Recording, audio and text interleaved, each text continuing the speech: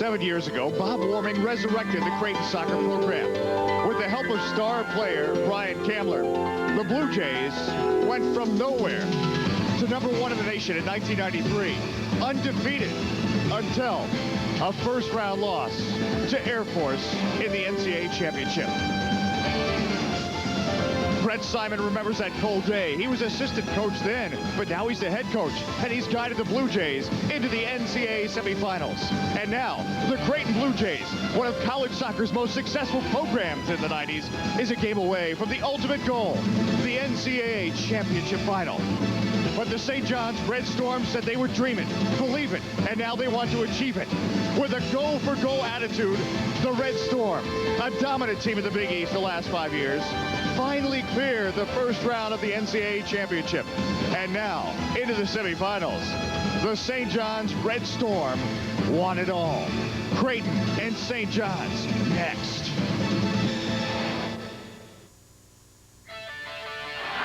Wildcats on the move again. To Wood, he's open the shot, save, rebound in front, and a goal! Nate Brand!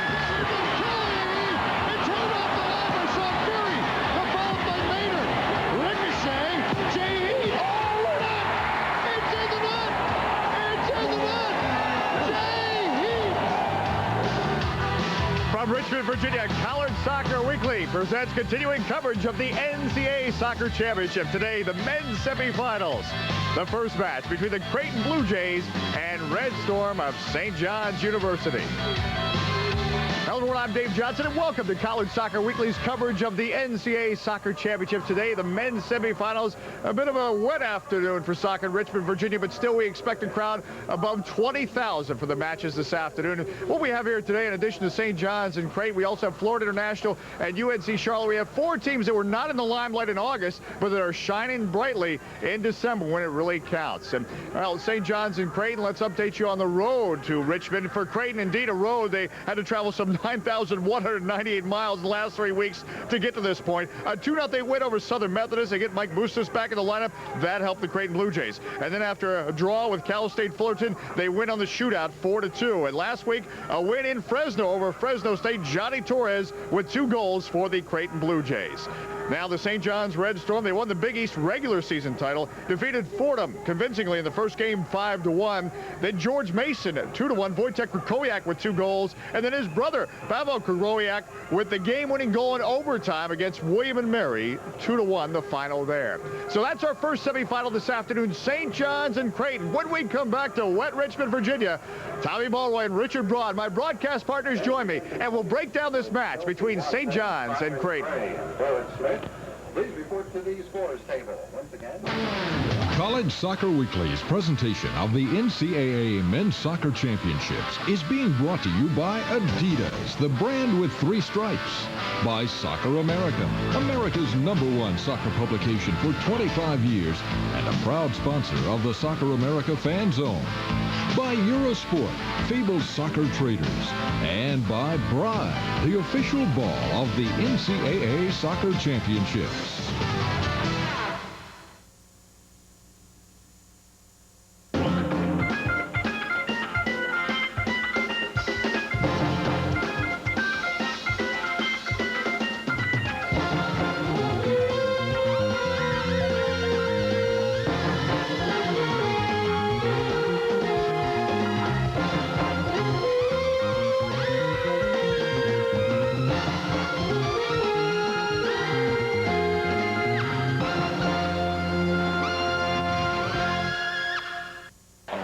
Soccer fan, and get the edge on the sport you love.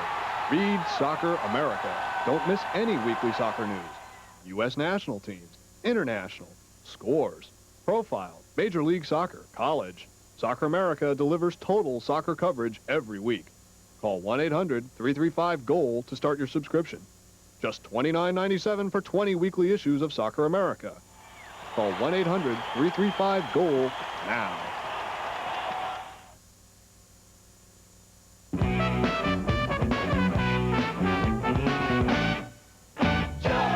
Elevator, that's what I'm going to do.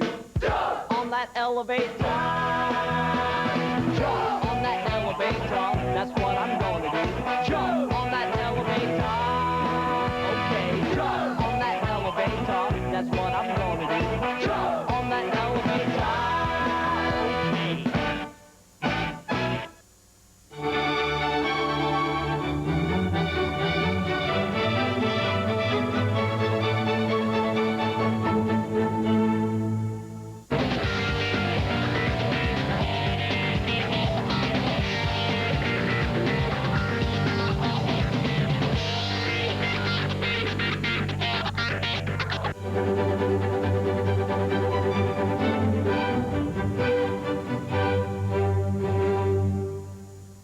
You know, ideas and inventions come from people in all walks of life.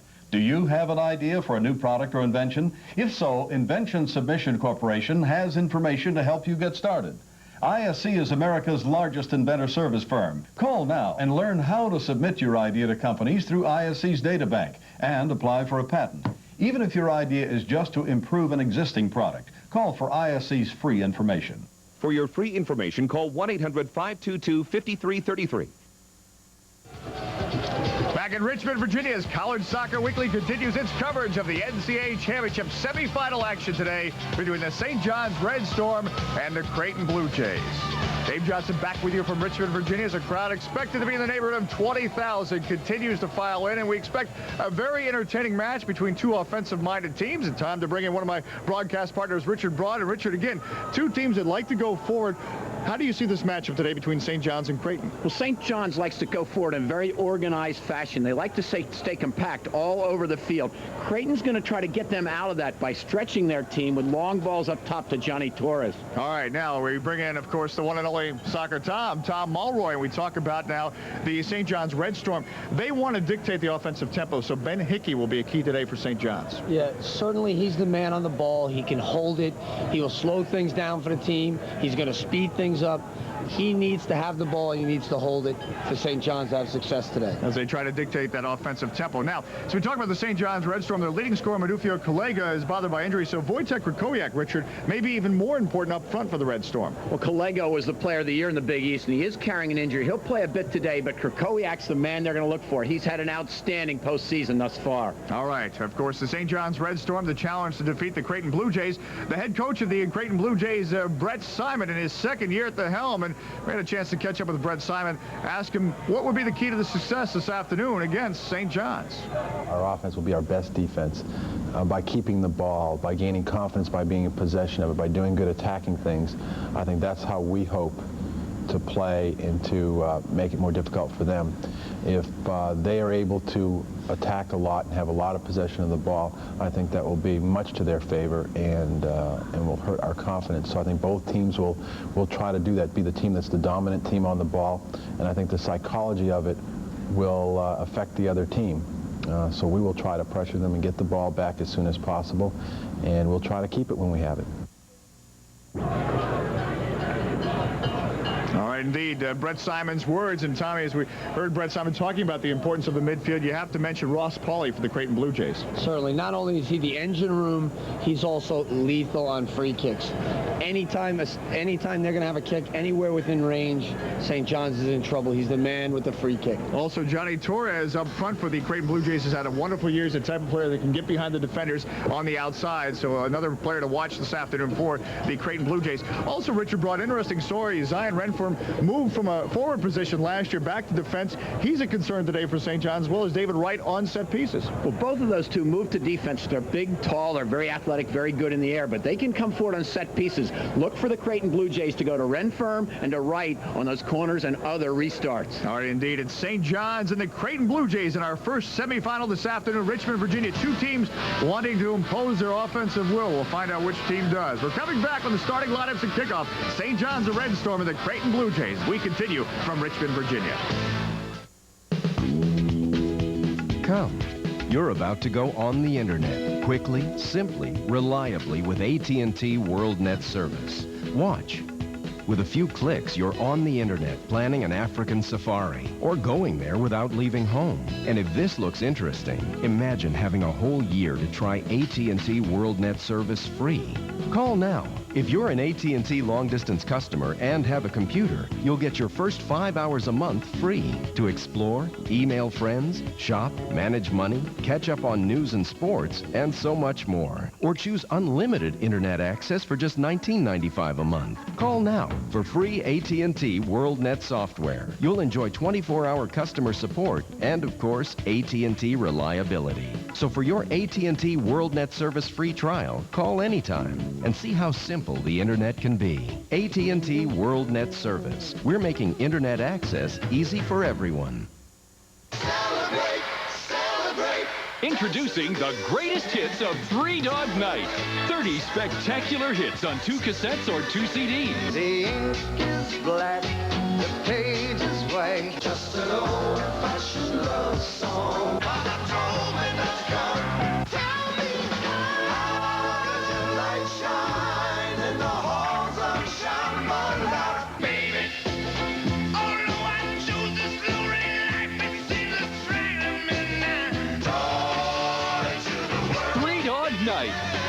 great hits on 2 cassettes or 2 CDs. Here's how to order. To order 3 Dog Night for only $16.98 for 2 cassettes or $19.98 for 2 CDs, plus $4.50 shipping, have your credit card ready and call toll-free 1-800-533-1400. Call from the U.S. or Canada. That's 1-800-533-1400.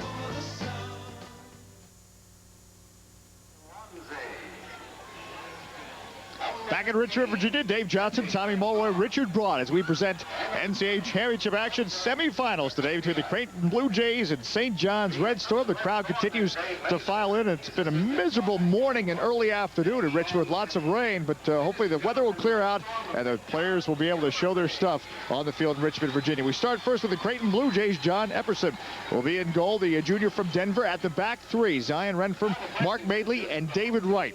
In the midfield now for the Creighton Blue Jays, Thomas Martin, the defensive midfielder. Steve Bernal is on the flank.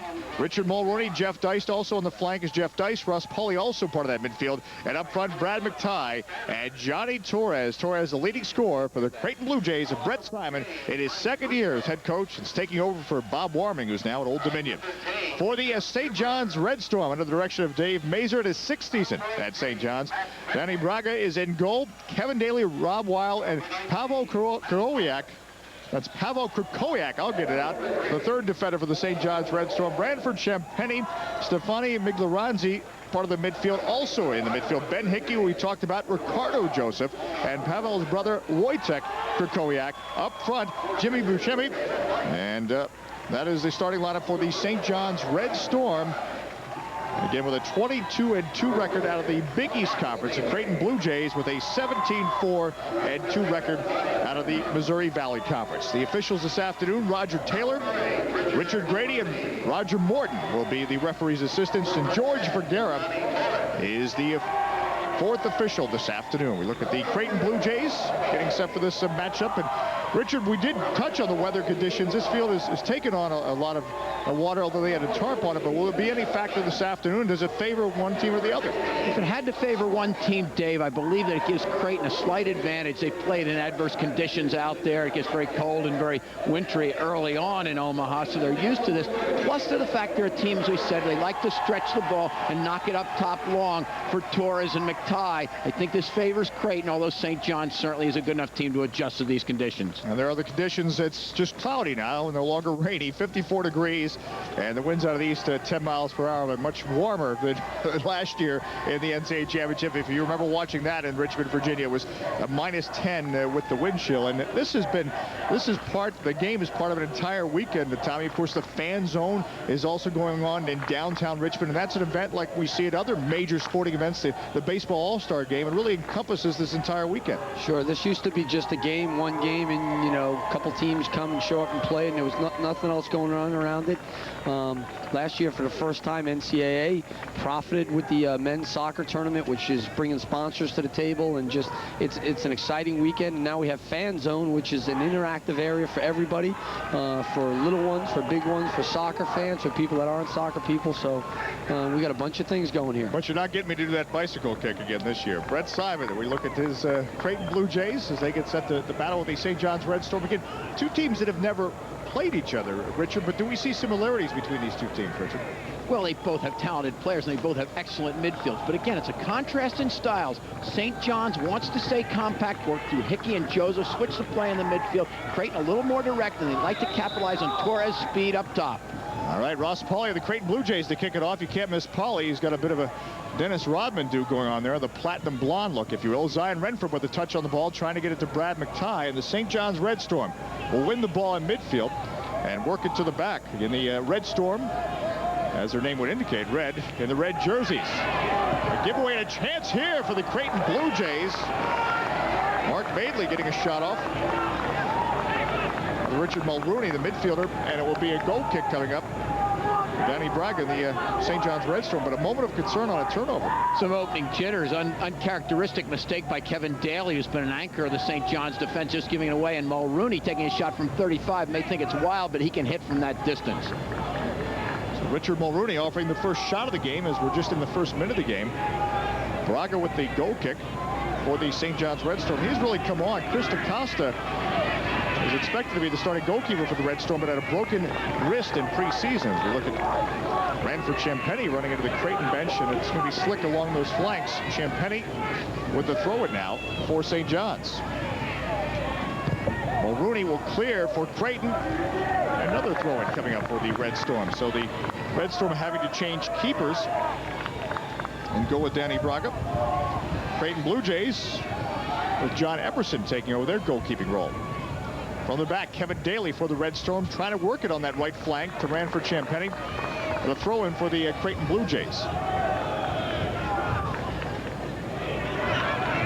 Zion Renfrom, they're patient to the back to Mark Madeley. He's the center defenseman. You see there, Richard, looks like St. John's, they want to put the pressure on the Creighton midfield.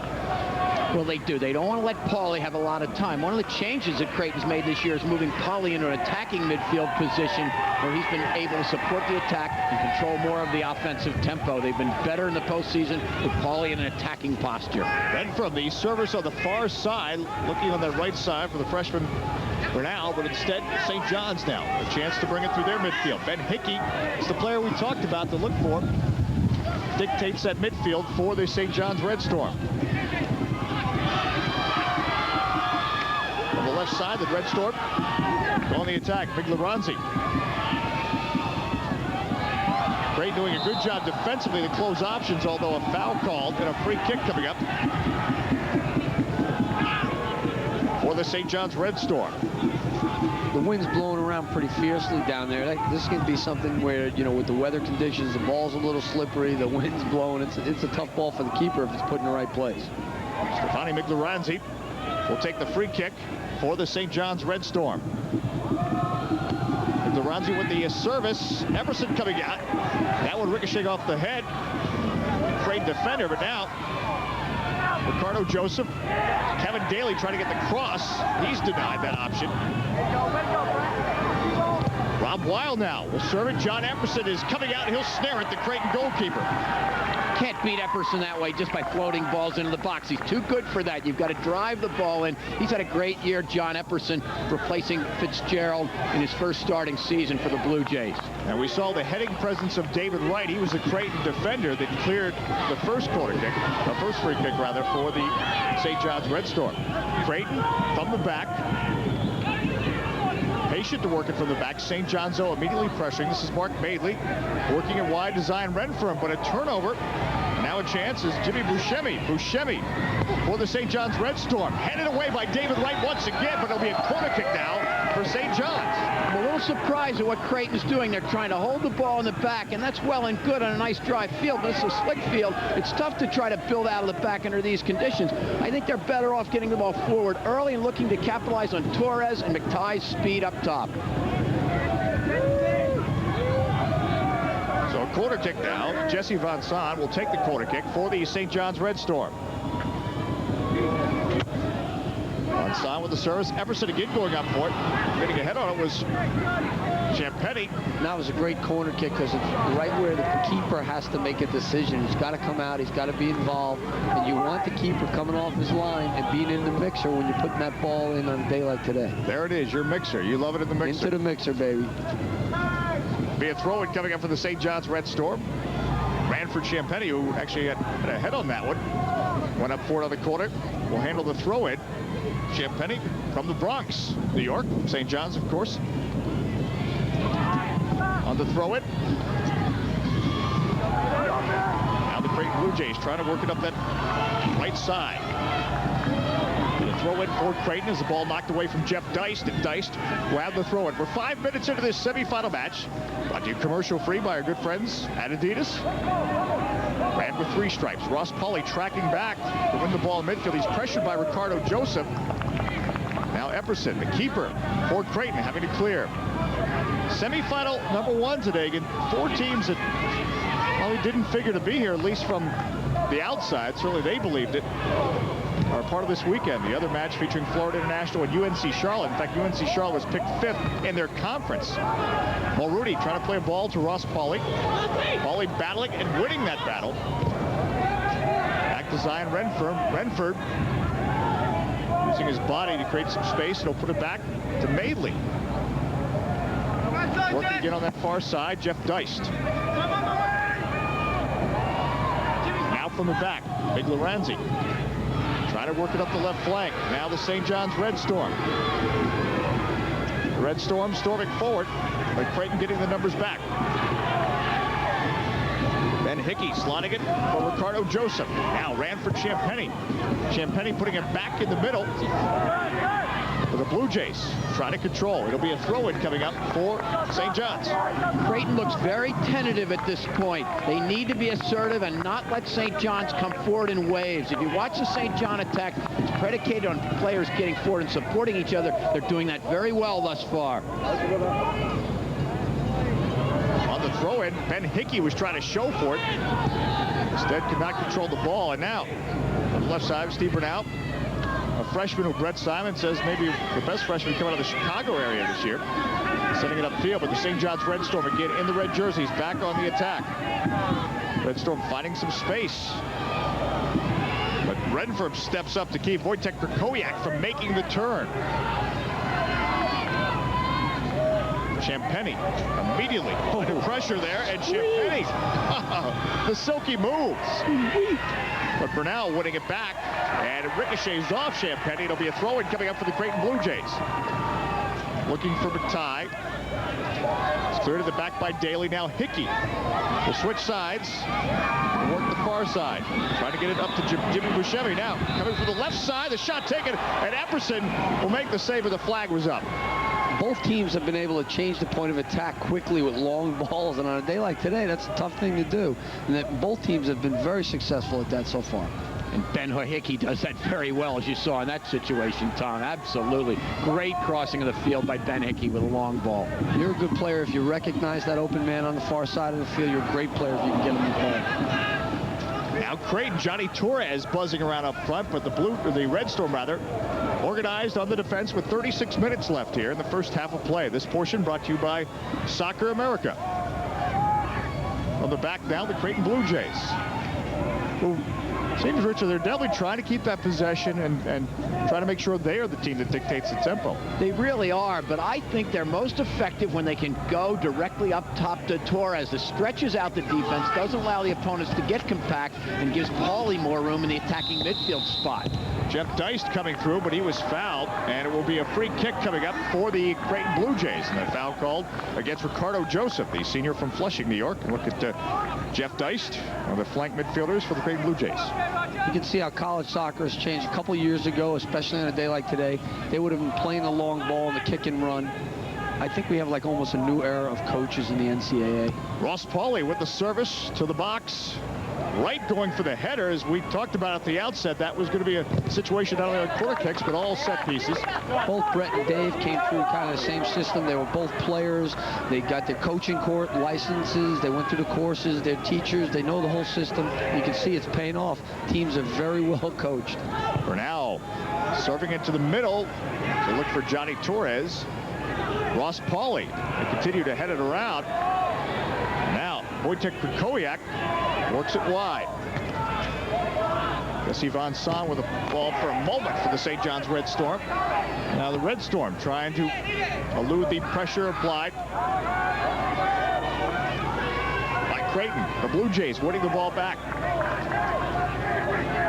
And Zion Renfrom on the ball. He was a forward last year. They talked him into moving back in defense, and he loves the position. Certainly knows what the players he's playing against go through. Ross Paulie making his impact known in that midfield. Jeff Deist on the ball. Now the Blue Jays. Deist making a run. Thomas Martin will put it through the middle. But that's Ben Hickey, the midfielder for the St. John's Red Storm. Going to be calling his name a lot. He's a Player of the Year candidate. He's magic with that left foot. He's almost always in the right place. He's a terrific player. Trying to find Jimmy Buscemi on the flank. It'll be a throw-in coming up for Creighton. Buscemi, by the way, playing up top, but he's also had to play defense at times this year for the St. John's Red Storm. And speaking of Storm, I think we're about to get blown off our vantage point here in Richmond.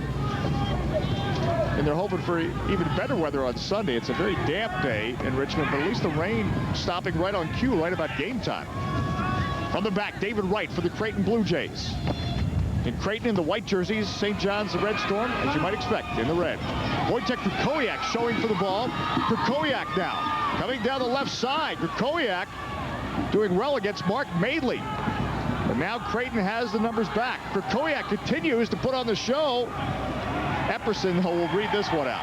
Good job by Madeley, and especially good job by Thomas Martin, who's the defensive midfielder for Creighton. Came all the way back so they could double team Krakowiak, prevent him from getting in that cross. Wojtek Krakowiak, though, showing his skill for the St. John's Red Storm. Bernal tracking back to win it for Creighton. This portion of our match brought to you by Eurosport. Remember, for the free catalog, 1-800-934-3876. And Zion Renfrom has the number of the St. John's team. He streaks right through, and now Creighton back on the attack. Thomas Martin slips on the turf. That's the first one. I think that obviously the field's wet. It's not as good as it normally is, but this field really has held up well. They put the tarp on it last night. There has been a lot of rain. It's going to be wet, but it's not terrible. Really, that's the first time someone slipped. Working wide, Mulrooney trying to find Jeff Deist. Deist now in position, but marked by Brian Son. Ross Pauly coming through. The shot taken there, save made, but Tie was right there for Creighton. Danny Raga making the save for St. John's. Talking to Dave Mazur before the game, he was very worried about Johnny Torres, but this man, Brad McTighe, can put the ball in the back of the net too. Best chance of the game thus far. We're looking at it again. This is the cross coming in by Deist. Pauly dummies it through. McTighe's on the end of it. Braga in the right position. As you mentioned, Richard, Pauly really setting up that play and allowing McTighe to finish it. Pauly not taking the kick. Now ran for Champagny to Ben Hickey.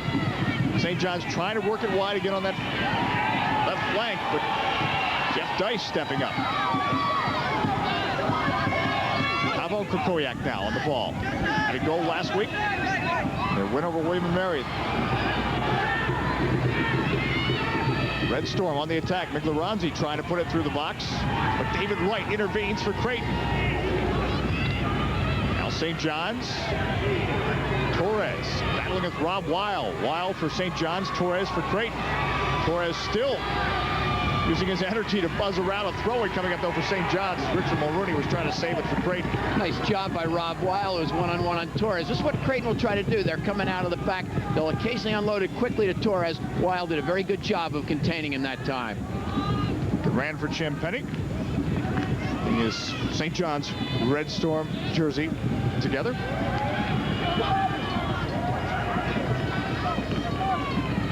And after all that, he will not take the throw-in. It'll be Rob Weil to take the throw-in. It's his turn to change. That's right. On national television, no less. St. John's get to the red jerseys. Creighton in the white. St. John's. Any kind of situation like this on a day like today is much more dangerous than it normally would be. Normally, this is not the big deal, but anything can happen in these conditions. Champagny on the throw-in, so it was a throw-in, not a corner kick. Renfrom heads it down for Creighton. Ricardo Joseph trying to serve at far post, and Augusta Wynn also got a hold of that. It'll be a goal kick coming up for John Epperson and the Creighton Blue Jays. Tom, you make a good point. Anything can happen under these conditions, and this is where St. John's is really strong, when they can bring Krakowiak and Daly up from the back to get on the end of those restarts. Both goals against William & Mary that St. John's scored were off restarts by those two players. Creighton Blue Jays. Zion Renfrom waits for it. Chest traps it down. We're 15 minutes into this first half of play. This portion brought to you commercial-free by Wheat First Butcher Singer. And now, Thomas Martin through to McTighe with that wonderful scoring chance just a few sequences ago. Jeff Deist now. Ross Pauly. Into space for McTighe. Can McTighe make the cross? He does make the cross. Pavel Krakowiak, though, try to clear. Johnny Torres preventing that clear. Now Ross Pauly looking in the middle for Bernal. Martin steps up for Creighton, but now Ben Hickey and Pavel Krakowiak will clear to his brother Wojtek Krakowiak. David Wright, though, is marking Wojtek Krakowiak. Krakowiak now to bring it back into their part of midfield, and St. John's Red Storm trying to work from there. Ben Hickey, Ross Pauly stepping up to frustrate him, and now Burnell. Good vision on his part for working wide. The header now for Ross Pauly streaking through, but Kevin Daly clears it at the back for St. John's. Not only does he clear it, he plays it right to feet with perfect pace, and now they're upfield with it with possession. Zion Renford trying to win the ball for the Creighton Blue Jays. No score. 16 minutes in. Mark Madeley from the back. Into space.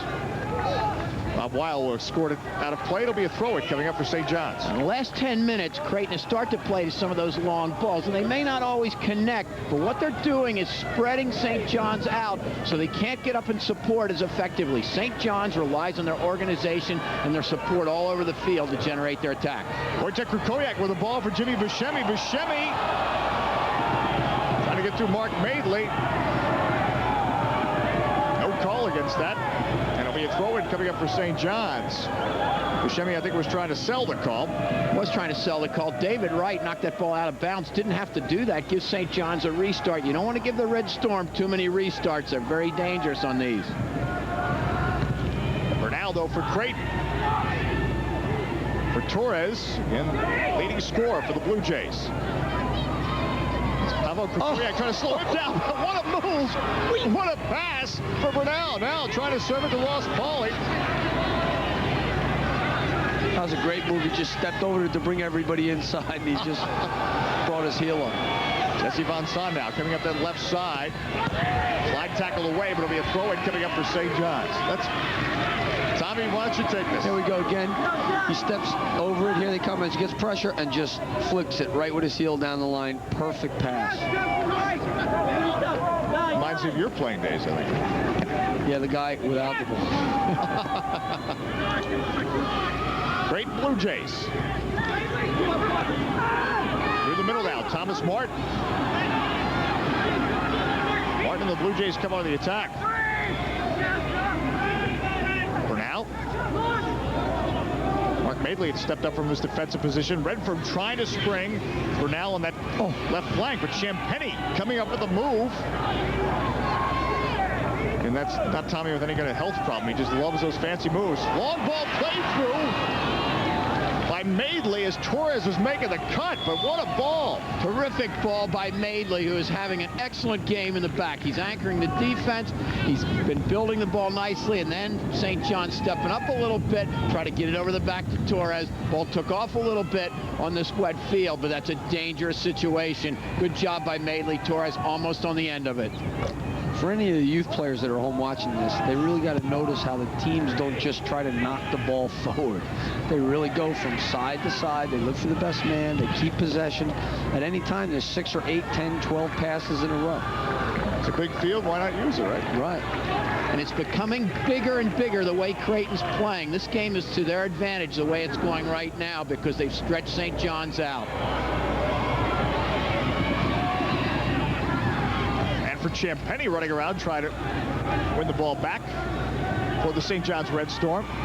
Mulrooney taken down by Ben Hickey, and Hickey coming through to Jimmy Buscemi. Buscemi can't get the shot off as Redfern intervenes at the critical moment for the Creighton Blue Jays. A weak shot is better than none at all. A great service by Ben Hickey. Jimmy Buscemi's got to take that ball right away. He had his chance. He may not get a better one as Redfern made a nice recovery run to break it up. So Dave Mazer, the head coach of the Red Storm, just a moment ago on the sideline. In this scoreless game so far, 20 minutes in. Kevin Daly under pressure at the back. Wojtek Krakowiak coming back to win the ball. Now put into space for Jimmy Buscemi. Buscemi again. Buscemi, dinking. Creating his own space, shooting, and just one. Oh, Jimmy Buscemi. Big-time individual effort. He holds the ball, knocks off one of the tackles, keeps control, keeps it. A lot of players would have knocked that too far. He's got the second man there, just nicks it by him and gets a shot off. That was a nice, very nice individual effort. And it was Stevani Meglaranzi who made the pass up to Buscemi. And Buscemi beats 2 players, Martin and then Madeley. First mistake he's made, leaving his feet and diving in, and almost cost him dearly. Good coverage by Epperson, making him shoot wide, coming out, cutting the angle, but Buscemi had his chance. Good effort by Jimmy Buscemi, almost finishing it. And the far post was the right choice as well. So, I mean, he did everything right except put it in. Well, Ball played wide for the St. John's Red Storm.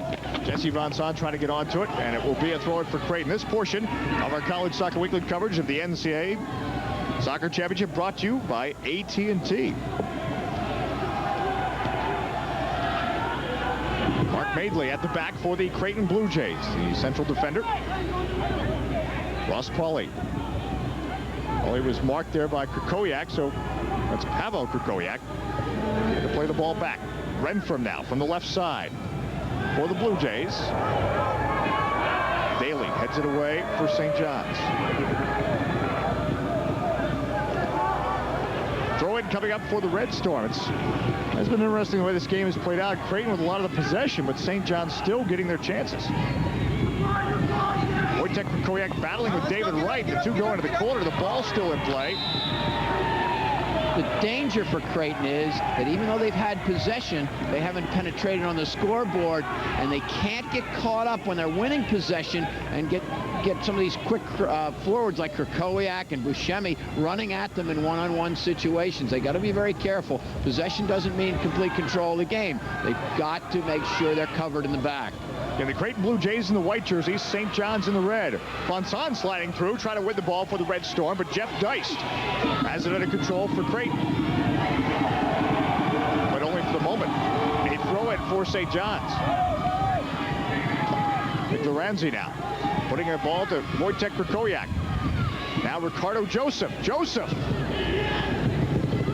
Putting one far post, but too far. That'll be a goal kick coming up for Creighton. Ricardo Joseph's been quiet thus far in this game. Very good central midfield player, can go side to side, as you saw him do just then. All right, 23 minutes into the first half, we have an official timeout. No score between the Creighton Blue Jays, St. John's Red Storm, semifinal number 1 from Richmond, Virginia.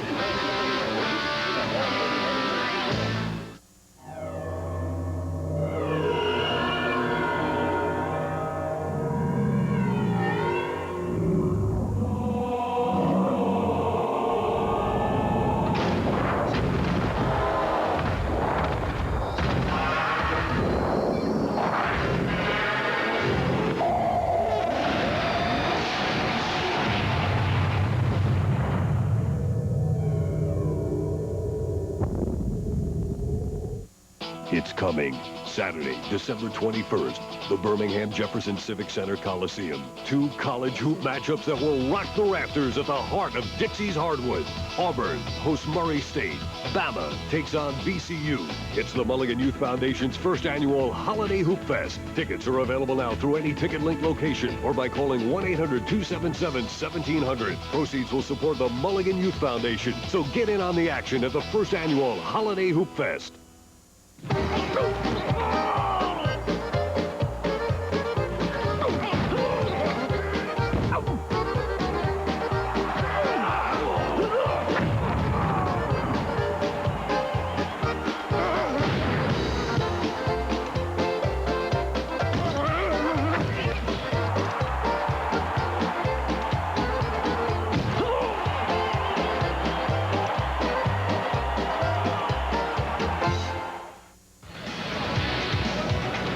Johnson, Tony Mulroy, Richard Blood in Richmond, Virginia. No score between the Creighton Blue Jays. St. John's Red Storm is Brett Simon having a chance to talk to his team. Dave Mazer doing the same with his St. John's Red Storm. Donnie Braga's already been tested in this match for the St. John's Red Storm. And, of course, the Stanford Cardinal. That's going to be a great women's college basketball matchup against the Lady Vols of Tennessee coming up just a couple days from now. On Sunday, check your local listings for the time in your area.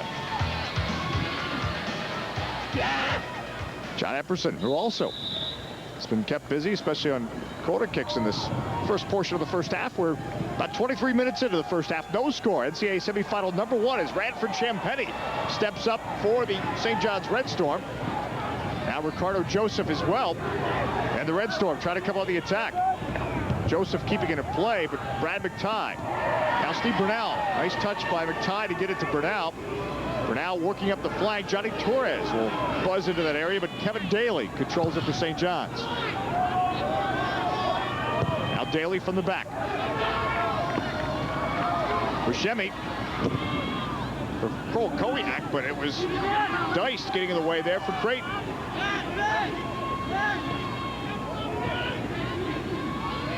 Spinning around, Ricardo Joseph. Now Rob Weil up from his right back position. Waiting for Champetti. He likes to put the moves on. Let's see if he does against Stephen Bernal. We'll take the cross that Epperson has to snare as Wojtek Krakowiak was knifing through. Good job by Champagny. He's very dangerous, very creative, attacking players on the ground with the ball and getting in crosses as he did then. We'll see how these two teams come out after the timeout. Chance for both coaches to discuss the early part of the match, and for St. John's, a chance for another scoring opportunity, but it'll be a goal kick coming up for Creighton. Tommy, what do you think the coaches said during that timeout? Well, I think if it's not broke, you don't fix it. They probably stay, be patient. There's no reason to take any wild chances right now. Both teams are probably pretty satisfied with what's going on. Creighton's starting to spread things, as Richard has said here, and St. John's hasn't had as much of the ball, perhaps, but when they've had the ball, they've been a little bit more dangerous. One thing I think we can look for St. John's to do is what they started doing then, go to Champagny and Jesse Von Zon down the flanks. It's where they've had the most success, so they can take people on, and they're especially dangerous in these wet conditions. Migloranzi overrunning on that flank. Stefani Migloranzi. And Thomas Martin closing him down, but it'll be a throw-in coming up as Dave Mazur focuses on the match. Ben Hickey now. Marked by Ross Pauly for Creighton. Hickey trying to get the cross off. Creighton doing a good job on defense, but now coming through Jesse Von Zon. Madeley, Von Zon battle. Migloranzi's knifes in there for St. John's. Creighton under pressure, and finally will clear with Johnny Torres running into space. Good composure by Kevin Daly, anticipating a long ball out to Torres, doing a good job. One of the things I think we may see before the end of the half is Kadafo coming on, Kalego coming on for the Red Storm. He's a dangerous player. He's been injured. They're hoping to get 10, 20 minutes a half out of him. If KK Kalego can come on, he can help them in the attack. Talking about Manufio Kalego, the leading scorer for the Red Storm. Oh. Ball played into space for Johnny Torres. Torres. That was a brilliant ball outside of the foot, bending right through the hole, right, hit you in the foot.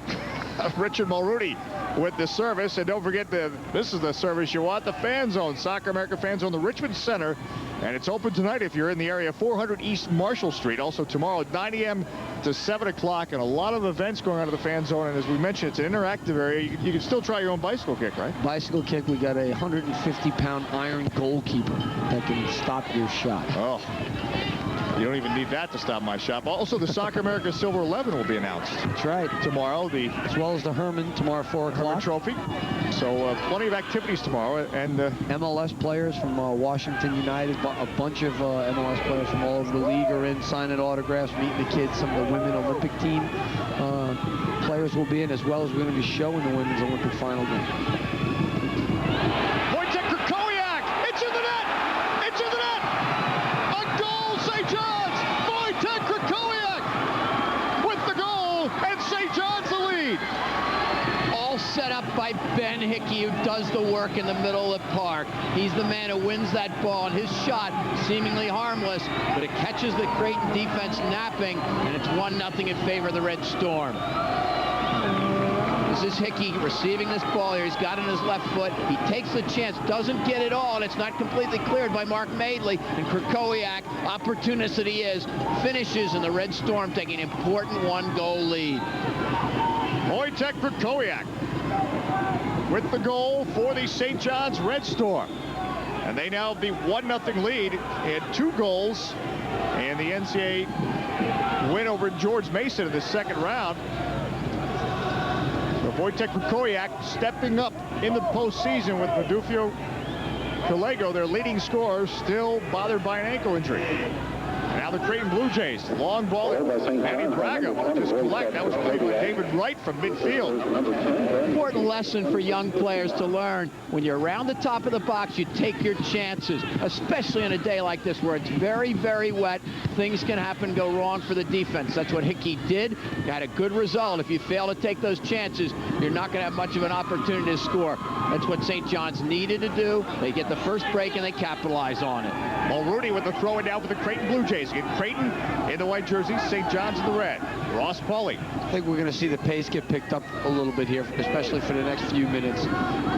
Creighton now is kind of a little anxious. You can see this is about the third long ball that we've seen out of their bat. Haley Torres flicking it back. And with Johnny Torres, there's always trouble for defenders. Now Ross Pauly trying to put the pressure on Stefani Miglaranzi. Clears it. But it'll be a throw-in for the Creighton Blue Jays. As you mentioned, Tommy, it appears they're definitely picking up the pace, whereas before they were content to knock it around the back. You can't let a good team like St. John's have any opportunities at all. And Creighton a little bit too content to play the game in their own defensive end. And this is why they're in trouble now. Mike Bustos checking in for Brad McTighe, so change up front for the Creighton Blue Jays. Very quick player, an opportunist to take advantage of these conditions. That's why Bustos is on. Jeff Geist. Back to right, but now Red Storm. Wojtek Krakowiak, who scored the goal, trying to win the ball back for the St. John's Red Storm. Mark Madeley through the middle to Ross Pauly.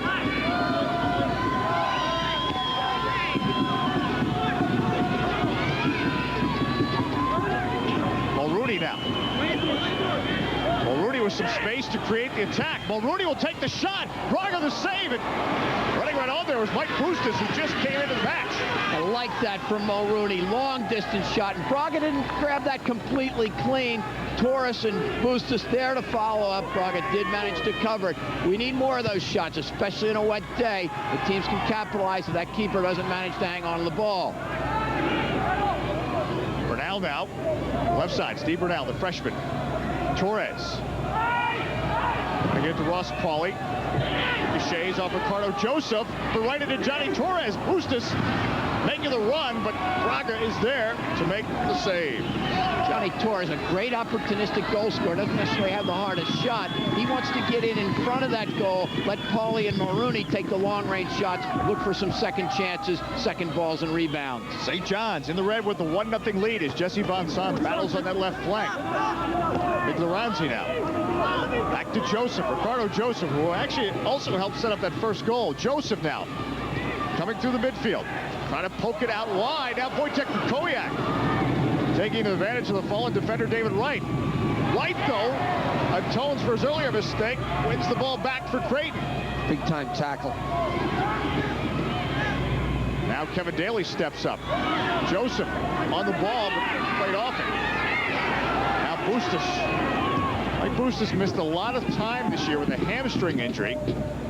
But coming back on in the playoffs, in fact, was a big part of Creighton's win over Southern Methodist in the NCAA playoffs. And another substitution being made. Matt Garlick checking in.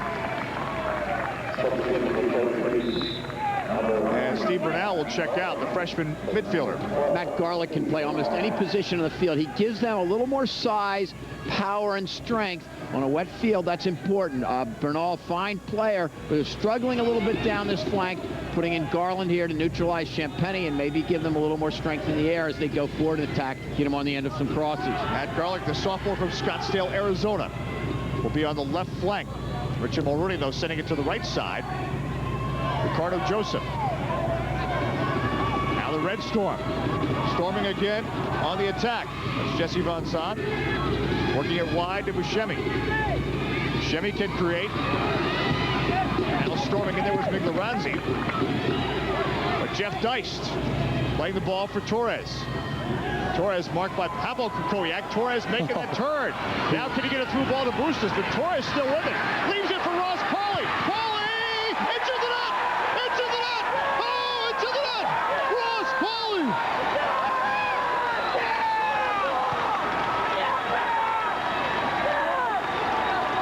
No quitting Creighton's team, not at all. Great individual effort in midfield by Johnny Torres to set up Pauly. And credit Brett Simon for a part in that goal. He's been using Pauly more and more as an attacking player. That's the position he wants to be in. Great finish by Ross Pauly. Take a look at it, Tommy. Torres, he spins and turns, and then he puts it into fifth and leaves him behind. And that speed was unbelievable. They thought he was going to the right. He lays it off to the left, tucks it in the corner. Big time big-time goal. And I think the defense is really focusing on Mike Bustos because it looked like the situation where maybe Bustos would make a run through. And actually, Torres leaned towards his right a little bit. He looked that way. Ricardo Joseph leaning for St. John's. So St. John's trying to come right back. It'll be a throw-in coming up for Creighton. 1 point, maybe a minor point, but not really. Ross Pauly taking that one touch. If he had maybe tried to settle that at all, he wouldn't have had a chance. Took it one touch before Braga could get set and the defense could recover. Terrific finish by Pauly on that situation. So 1-1 as this game starts to heat up in the chill of Richmond, Virginia. 32 minutes in, 1-1 the score. Portion of the match brought to you by Middle States Soccer Camp. To be the best, you have to train with the best. That's Middle States Soccer Camp. And Ranford Champagny is putting on a show for our good friend Tommy Moore. You can watch him all day, I get the impression. I think he went to the Middle States Soccer Camp. I think so. That's right. Maybe. Sweet little move on the side there. Maybe they teach it at the Middle States. Zion Redford with the throw-in. There could be a class on fancy moves on the flank. 101. Right here in front of the bench, too. That's right. Thomas Martin working it up to Jeff Deist. Now to Ross Pauly, trying to get it to Pauly, but Ricardo Joseph denies. And it'll be a throw-in coming up for Creighton. Dave Johnson, Tommy Mulroy, Richard Broad in Richmond, Virginia. NCAA championship action, semifinals between the Creighton Blue Jays and St. John's Red Storm. From the back, Mark Madeley thunders one on the left side. Jesse Von Saw now.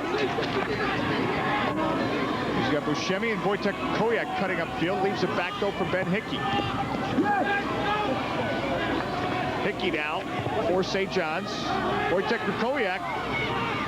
Ricardo Joseph is open in some space, but Ross Pauly couldn't even let the pass off. And now played to Johnny Torres, and Torres, watch the moves. Torres, blocked by Kevin Daly.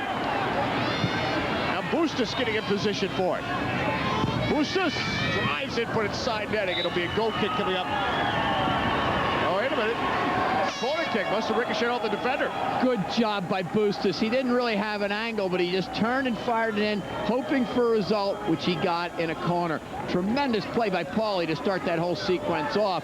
He just stripped the ball in midfield, put Torres through. Ross Pauly can get up and down the field. Good defensively, good offensively, total football player. Jeff Huber checking in, replacing David Wright, as Richard Mulrooney will take this corner kick for the Creighton Blue Jays. And it's Braga that's able to snare it as Pauly was making the run far post. Interesting substitution. David Wright has struggled a little bit in the wet conditions. Jeff Huber, who had been a starter most of the year for Creighton, coming on. Very, very athletic player. Second highest vertical leap of all the athletes at Creighton University. Richard up late last night, looking up those facts. Ross Pauly on the ball for the Creighton Blue Jays. Now Creighton, Zion Redfern.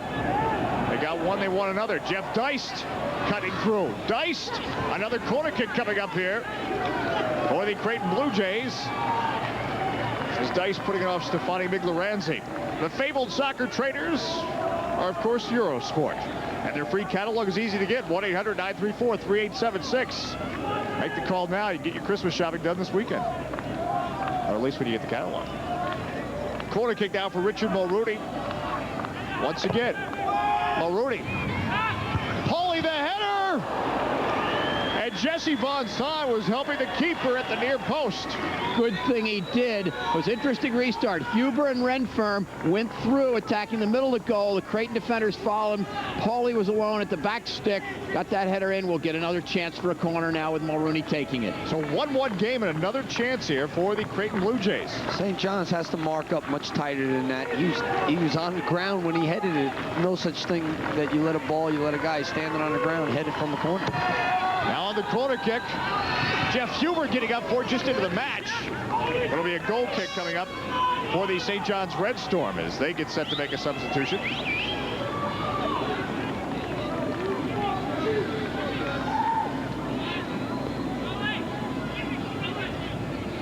So Carlo Acquista checks into the match for the St. John's Red Storm, and he'll replace Ranford Champagny. So Champagny will put on such a show here in the first part of the match. Replaced by Carlo Acquista. I'm sure we'll see him again. If not, you'll say something to Coach Dave Mazur, I think. I'll go in something in the second half myself. That's right. Ricardo Joseph now battling for the ball and fouled by Jeff Huber. The quick restart. Carlo Acquista just into the match on the ball. Joseph lofting it, but Creighton has it under control. Ross Pauly. St. John's. Ben Hickey does a nice job. Put it wide. Jesse Von Sant. Now Buscemi. Trying to get it to Rob Weil, who's coming up from his defensive position. Instead, Torres clears, trying to get it to Mike Bustos. Kevin Daly steps in for St. John's. Torres, in his effort to get the ball, gets called for the foul. Since he set up that goal, Ben Hickey has not had the ball very much for St. John's. He, as you said, Tom, beginning of the show, magic on the ball, doesn't lose it, holds it well, and can find people all over the park. The Red Storm's got to get the ball back to Hickey and to Joseph and get them involved to get a grip on this game. Kevin Daly on the free kick for the St. John's Red Storm. This is Ben Hickey. Hickey now serves it into the box. That's Huber that clears it away. And now Ross Pauly. Mulrooney putting it into space. Torres. Now Torres and Bustos, the two front runners. Now Dice steps up from his midfield position. Marked by Migloranzi. Dice closed down there by Ricardo Joseph.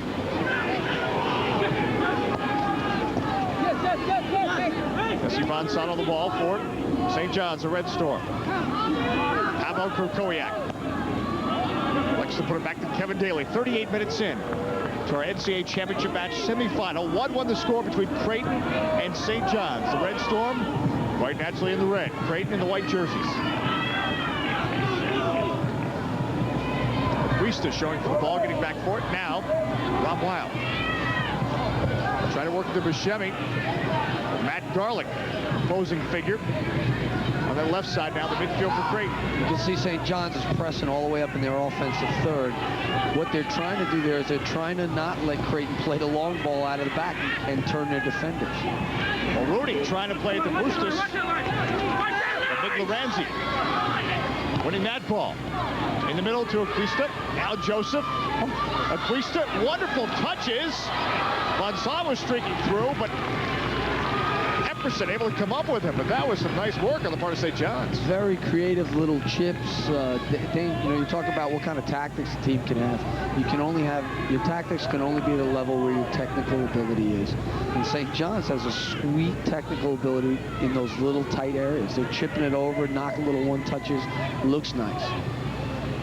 Garlick trying to win the ball for the Creighton Blue Jays. Actually, in fact, he does. He throws it in now. As Creighton trying to come back on the attack, another throw in for the Blue Jays. It's nice to have a player like Acquista come off the bench. I'm still looking to see Kalego come off the bench. He has not played a minute in the first half. You got a player of his ability. He must be hurt much worse than we thought because he's a dynamic player, gives him such an extra dimension. Speaking of dynamic, Mulrooney with a dynamic ball to Jeff Dice. Just ran out of real estate. Mulrooney's played very well this half, and not only has he served balls like that, but he's laid in defensively, controlling the middle of the park, neutralizing Hickey and Joseph as much as possible, allowing Pauly to get into forward attacking positions. Mulrooney's had a splendid game thus far.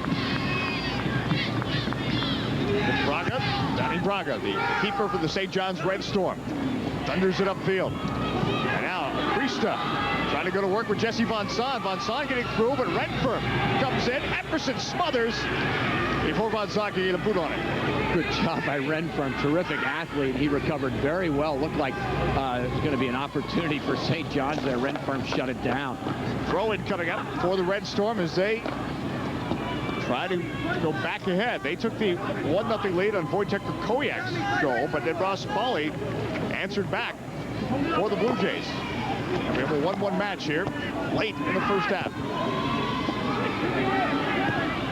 Ricardo Joseph for Wojtek Krakowiak. Epperson's out. Krakowiak lofts it.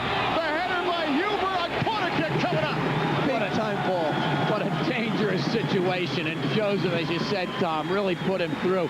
And Jeff Huber, a great vertical leap there on the goal line to clear it out of danger, but a very anxious moment for Creighton, the result of Joseph's work. That was a Bogicevic from the Cosmos used to do that. Look to the right. Look, he has a look to the right. Nicks it to the left. He's in with the goalkeeper. He puts it on goal. He's got to head it over. So now a corner kick coming up. Wojtek Krakowiak standing on the ball, talking with Jesse Von Son. Creighton trying to prevent the short corner. Krakowiak drives it, but Epperson is there, the keeper for the Blue Jays. Mark Madeley from the back, putting it wide on the flank to Zion Renfrom. Renfrom down. Oh, good idea for a cutting Johnny Torres, and they also had Bustos on that right flank, but it'll be a goal kick coming up for St. John's. Long diagonal balls that Creighton's been hitting are stretching out St. John's, so their defenders are pushing further back in, giving more and more room for Mulrooney and Pauly in the center of the park. An excellent game plan by Brett Simon. Now Creighton keeping the pressure on. Mulrooney. Bustos. Oh, Bustos dinks now. Pauly back. Flicks it by Kevin Daly. We'll try to clear things up here for the St. John's Red Storm. The Red Storm trying to counterattack. Carlo Crista. Ricardo Joseph. They had Wojtek Krakowiak open, but Joseph was too busy just trying to handle the pressure. Jimmy Buscemi trying to get around Matt Garlick. Garlick denies on that flank. It'll be a throw-in coming up. Some magic moments on offense and some great defense. Daly doing a superb job preventing a chance for either Bustos or Pauly in that last sequence. Entertaining semifinal as Crista goes to work, but it'll be a goal kick for St. John's. As Matt Garlick is played very well defensively since coming into the game. Very versatile player. Brett Simon feels he can use Garlick up front, in the midfield, even in the back. He's had a real good second half of the year for Creighton.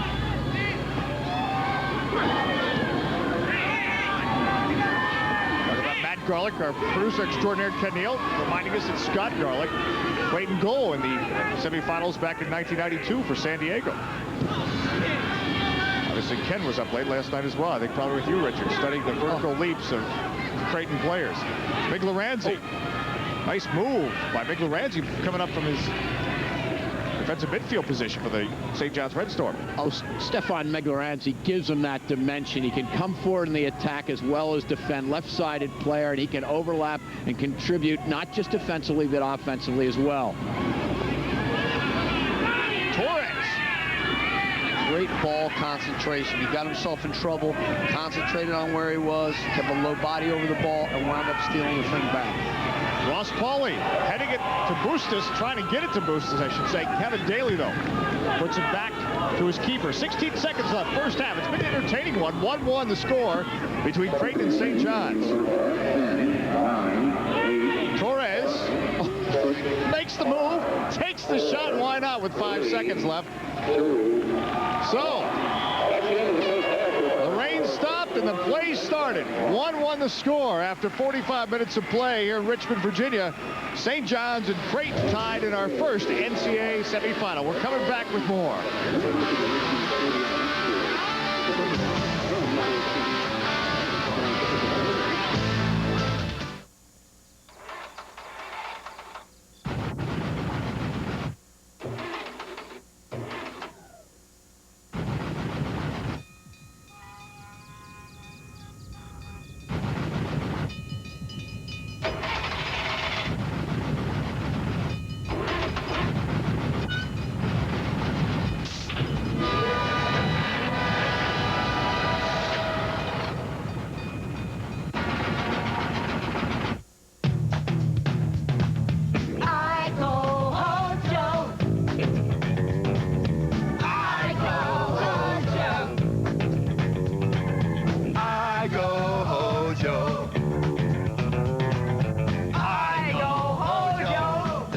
Looking for comfortable rooms and great rates, whether it's a fast-paced business trip or a relaxing vacation, just call 1-800 for Howard Johnson Hotels, where you'll sleep tight or it's a free night. Sometimes there's magic in a melody. Certain music just touches the heart. Now, Instrumental Gold. 40 original hits by the original artists.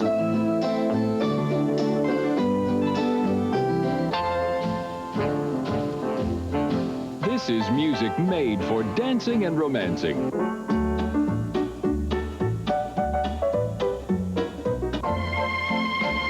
Here in one collection are the greatest all-time instrumental hits. Instrumental Gold on 3 cassettes or 2 compact discs. Here's how to order.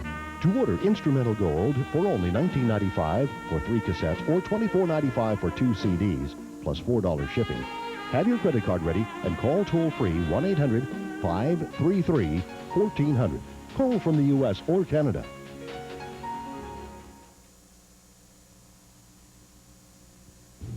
College Soccer Weekly's presentation of the NCAA Men's Soccer Championships is being brought to you in part by Adidas, the brand with 3 stripes, by Soccer America, America's #1 soccer publication for 25 years, by Eurosport, fabled soccer traders, by Middle State Soccer Camp, to be the best, train with the best, Middle State Soccer Camp, and by Brine, the official ball of the NCAA Soccer Championships.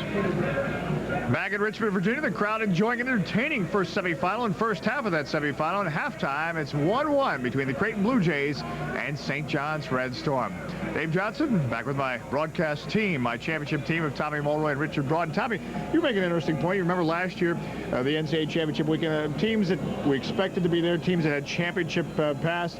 This weekend, we're seeing teams, I think they're just going out. There's no pressure on these teams. Yeah, I think the success they've had, everybody back home is satisfied with it. No one can come home a loser, and when you don't have a monkey on your back, you go out and you play. And this weekend, it's perfect. It's an ideal situation. I think that's why it's so entertaining. And we have a 1-1 score at halftime.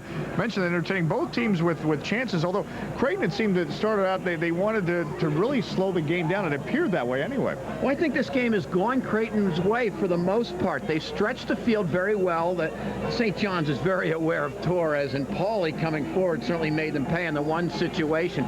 But St. John's has that individual brilliance, and Krakowiak showed that you can't leave him open for a minute. It's been a very entertaining game.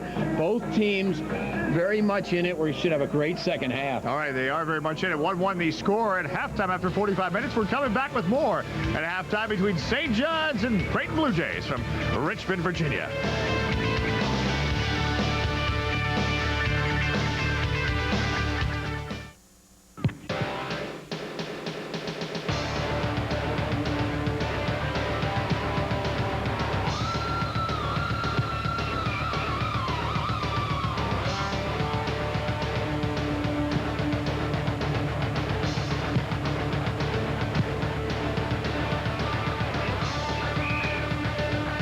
Be the best, train with the best. Middle State Soccer Camp.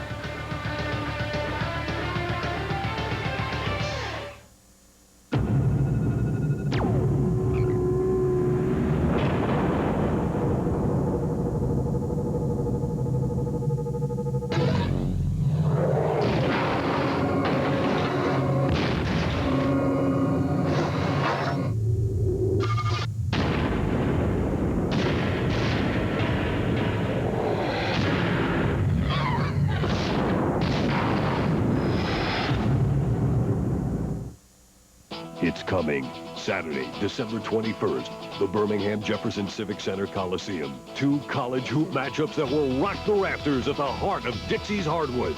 Auburn hosts Murray State. Bama takes on VCU. It's the Mulligan Youth Foundation's first annual Holiday Hoop Fest. Tickets are available now through any Ticket Link location or by calling 1-800-277-1700. Proceeds will support the Mulligan Youth Foundation. So get in on the action at the first annual Holiday Hoop Fest. Hi, I'm Tubby Smith of the Georgia Bulldogs. And I'm Bobby Clemens of the Georgia Tech Yellow Jackets. Come join us right here at the Georgia Dome on December 21st for the Holiday Classic.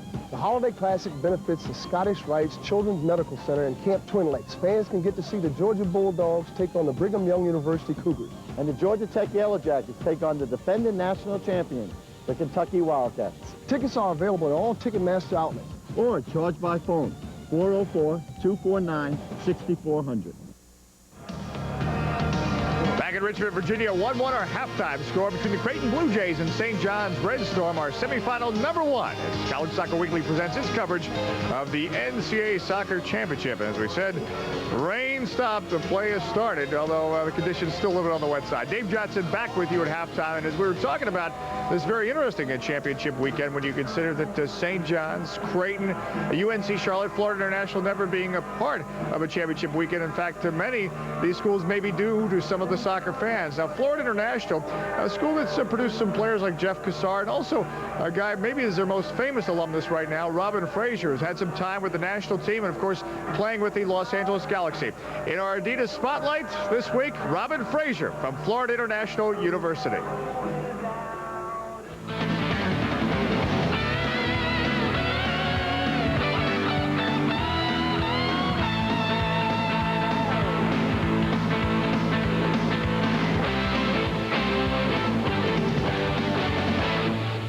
My mom tells me that when I was 10 years old, I came up to her and told her I was going to be a professional soccer player. And she just laughed and said, sure, sure, sure. And just pictured it as a kid's pipe dream. And so she says she's amazed to see it happen now.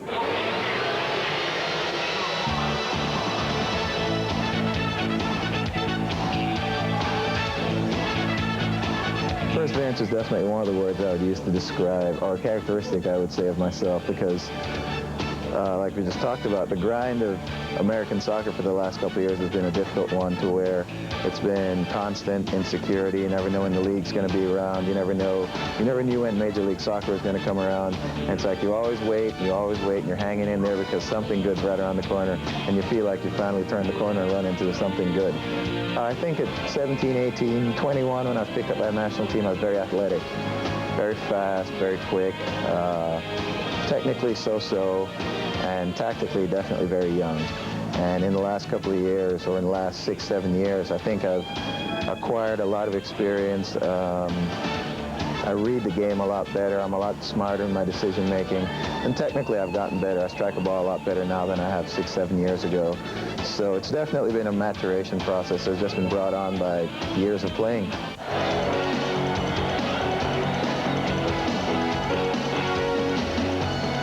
Thought, well, I'll be 31 in 98. Hopefully I'll get a chance to get back into that. So this is definitely the beginning of a dream for me.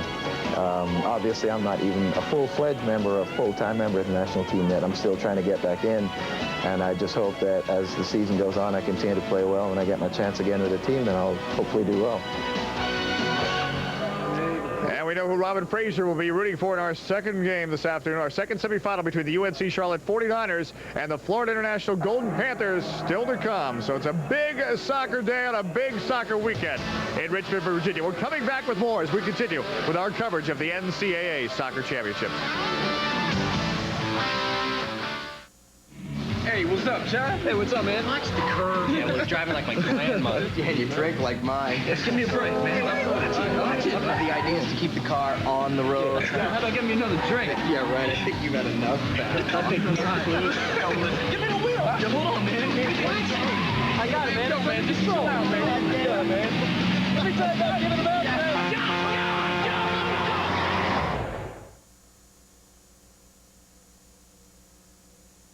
Hey, y'all, I'm Darius Rucker, including the Blowfish. This is my good friend, Sam. See, Sam was able to have a life-saving bone marrow transplant because he found a donor with magic marrow. But finding a perfect donor is tough, man. It's even harder for minorities, so we need more minorities to join the donor registry. That's why Sam and I are asking you to join them. All it takes is a quick blood test. Call 1-800-MARROW-2 to find out more. See, someone like you saved my pal Sam's life. Now you can give someone else more time to live. Call 1-800-MARROW-2 to find out more about being a donor. If you like your music hot and heavy, you want Rock This Way, a great new collection of 36 hard rocking hits. Living on a lighted stage approaches the unreal. With love far away, just give it time. Don't need nothing but a good time.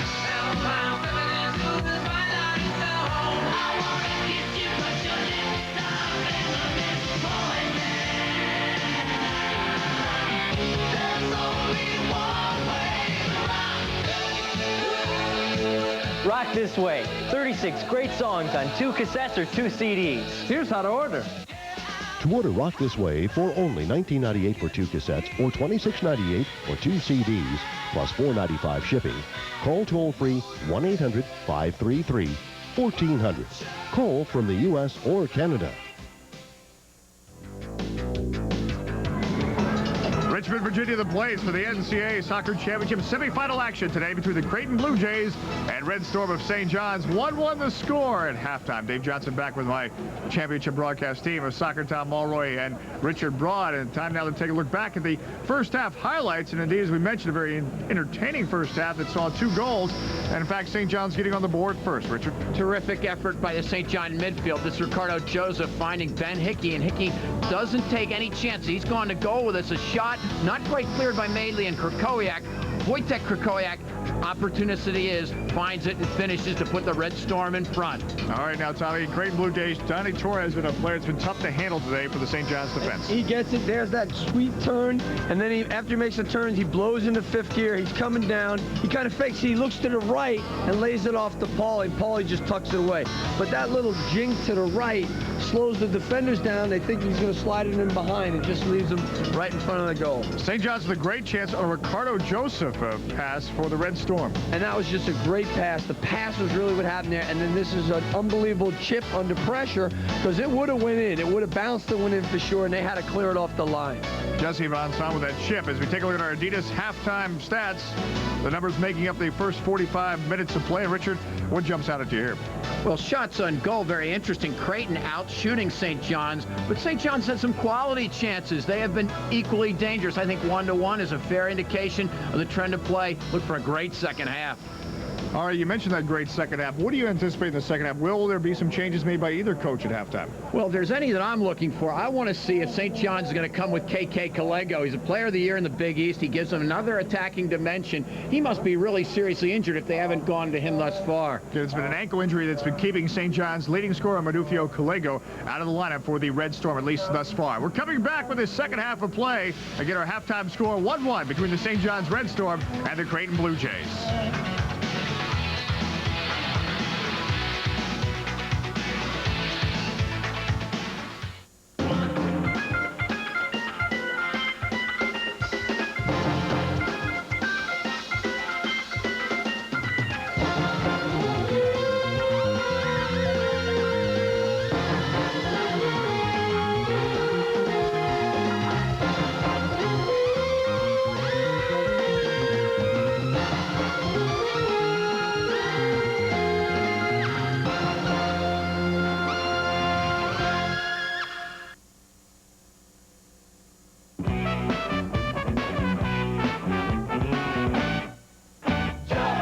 Elevator, that's what I'm going to do. Jump! On that elevator. Jump! On that elevator, that's what I'm going to do. Jump! On that elevator. Okay. Jump! On that elevator, that's what I'm going to do. Jump! On that elevator. Okay. Hi, I'm Tubby Smith of the Georgia Bulldogs. And I'm Bobby Cremins of the Georgia Tech Yellow Jackets. Come join us right here at the Georgia Dome on December 21st for the Holiday Classic. The Holiday Classic benefits the Scottish Rites Children's Medical Center in Camp Twin Lakes. Fans can get to see the Georgia Bulldogs take on the Brigham Young University Cougars. And the Georgia Tech Yellow Jackets take on the defending national champions, the Kentucky Wildcats. Tickets are available at all Ticketmaster outlets. Or charge by phone, 404-249-6400. You, and you have the right to play sports until the cows come home. You have the right to assemble. You have the right to be equipped. You have the right to free speech. But anything you say can be held against you. That's life. Liberty. And the pursuit of the goal.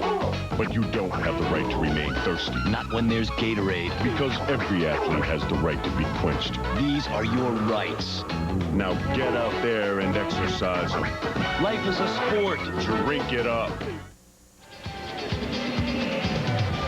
A Dave Johnson, Richard Broad, Tommy Mulroy back in Richmond, Virginia. Half-hour NCAA semifinal between the Creighton Blue Jays and St. John's Red Storm. And perfect place for a youngster to be, maybe tonight or tomorrow at the Richmond Center, is, of course, the fan zone. It's for kids of all ages, even us old kids. It's the soccer wonderland. It has everything. It has bicycle kicks. It's got diving headers. It's got obstacle courses. It's got contests. They're giving free shirts away. Soccer balls, win it. It's all there. Soccer celebrities there as well. Soccer celebrities, MLS players, national team players, women Olympic team players. It's just 75,000 square feet of just soccer action. But you know, when you're going to like championship weekends, you need to look well. And to look well, you need to have our College Soccer Weekly kit. It's item 2525 from Eurosport, the fabled soccer traders. 1-800-934-3876. It's only $19.95. Again, that includes the Adidas College Soccer Weekly t-shirt and the embroidered Adidas soccer hat. And I got a closer look at one of those hats. Those hats are nice. You can get a real close look because College Soccer Weekly and Eurosport have a booth right there next to Adidas in Fan Zone. Get there. Tell you what, we've got a nice little act going together. We can go on the home shopping club or something. So, anyway, the place to be this weekend if you can. And you can also eat at the Richmond Center, the Fan Zone. In fact, obviously eating healthy. Some yogurt, probably a player herself. But the Creighton Blue Jays and the St. John's Red Storm are not concerned about Fan Zone right now, concerned about getting through to Sunday in the championship final. And Wojtek Krakowiak, I think he really showed that he is a player that not only is a player to be concerned about this year, but again, he's just a freshman for the St. John's Red Storm. What an opportunist this fella is. He's gotten, I think it's 3 goals now in the NCAA tournament. Just very, very quick to capitalize on chances. You can't leave him open for a minute, as Creighton found out in the first half. Manny Braga in goal for the St. John's Red Storm. A bit of a story there. Again, Chris DaCosta was expected to be the starting goalkeeper until he suffered a broken wrist. John Epperson in goal for the Creighton Blue Jays. So we're getting set here for the second half of play. Again, 1-1 the score. And very much on cue, the rain, and I'm telling you, heavy rain here in the Richmond, Virginia area all morning long. But right before our 2 o'clock Eastern time kickoff, the rain stopped. It was windy, rainy, just a miserable day. But it's turned into a pretty good day for soccer. And we hope you are dry wherever you are and enjoying this one. And happy holidays as we get set for the second half between the St. John's Red Storm and Creighton Blue Jays. Brought to you by Adidas against St. John's in the red jerseys, Creighton in the white. I don't think we're going to see a lot of tactical changes, especially in the first 15 or 20 minutes here. I think both teams are going to come out playing exactly how they played the first half. No reason to change. They both had the successes that they wanted to have. Obviously, one wants to be ahead, but if I were the coaches, I wouldn't ask them to change anything at this point. Throw in coming up for the St. John's Red Storm. Stefani Miglaranzi trying to get it through the Creighton midfield. David Wright is back in the midfield, or rather defense, for the Creighton Blue Jays. He was substituted at one point for Jeff Huber. Nice ball intended for Johnny Torres, just a little short. Now Ricardo Joseph floats one. Jesse Von Son stepping up. Joseph. And now Ben Hickey. Working it wide, making the run. Buscemi tied up there by Bernal. Gets to the 6-yard box. Wojtek Krakowiak was there and almost flicked into the net. Very, very close. Krakowiak right on the doorstep at that near post. The ball got through Mark Madeley and very nearly cost Brett Simon dearly. On a dry day, when you can get to the byline and drive the ball to the near post, it's dangerous. On a wet day, it's impossible for a defender to get his feet around and touch it right and be able to clear it off. Don't know if this is a conscious change, but Hickey and Joseph getting much more involved at the start of this half. That's good for the St. John Red Storm. Jesse Von Son, the header off the foot of McTighe, and now flicked into the 6-yard box. David Wright heads it away for Creighton, but another corner kick conceded to St. John's. Creighton's back with their original starting lineup. They've got players like Garlick and Huber who can come off the bench, and Bustos, but Brett Simon going with that group that started, maybe to keep fresh legs on a very heavy, wet day. So Bernal back in the lineup as well in the midfield for the Creighton Blue Jays. Wojtek Krakowiak tees it up for Von Son. Headed through traffic, Wright could not clear it. And almost a chance to finish there for the St. John's Red Storm is Ben Hickey, who does a lot of the service, almost had a goal. Got to get that ball out right away. You let a ball bounce in your box, it's an invitation to the other team to score. David Wright, very fortunate he didn't pay for that. Now Creighton, John Epperson, the goal kick. So the Red Storm with a couple of good chances early here in the second half of play. Ricardo Joseph. Wojtek Krakowiak. He draws two markers. Bustos coming back from his forward position. And it will be a throw-in coming up for the Creighton Blue Jays. One change we're seeing, Mike Bustos on the right side, taking Jeff Dice's place in the wing position for Creighton. David Wright clears, but a throw-in coming up here for the St. John's Red Storm. As a team in general, St. John's, once they lose the ball, they pressure and try to win it back quickly. Miglaranzi. Far side, Buscemi scissors it. And they've been very successful with that in different parts of the field. They lose the ball, someone misplays it, whatever. And rather than letting Creighton have the transition and push to them, they go right at them and try to win it back quickly. And they've had some success with that and surprised them a bit. Key to St. John's is their ability to stay compact and move up and back as a unit. Dave Mazur stresses this with his team. He's got to be pleased with the way they're playing thus far. Jesse Von Son streaking through midfield. Von Son put the moves on. Now the shot. Oh, Von Son looking for the upper 90. That's what Jesse Von Son does best. He played as a front runner in the past part of this season, but he's moved to the left-sided flank midfield. He's most dangerous when he can run at players, and David Mazur has moved him back there, and he's been much more effective ever since he's moved to a midfield spot. That's the pressure Tommy was talking about. Epperson tried to clear it, and Carlo Crista was right on him. Now Bustos facing that pressure, and that pressure forces a turnover. Ben Hickey to Ricardo Joseph. 1-1 our score. St. John's again in the red jerseys. Ricardo Joseph. Flank to Buscemi. Now Daly putting it into space. Mark Madeley just allowed to go out of play. Goal kick. St. John's with all the activity, all the control in the first 5 minutes. Don't know if Creighton can withstand this kind of pressure. They've got to establish possession as they did so effectively in the first half.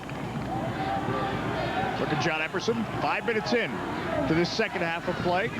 Our coverage of the NCAA semifinal. And Creighton has had trouble getting out of their half of the field because of that St. John's pressure that Tommy Mulway was talking about. Epperson. One way to do it. Bernal heads it, trying to get it on the flank of the tie, but it'll be a throw-in coming up. Look at Brett Simon of the Blue Jays. Also in that picture, Jeff Huber, who came off the bench. They see him more in the second half for the Blue Jays. Ross Pauly. Back to Zion Renfirm, and now the Blue Jays trying to get the possession back.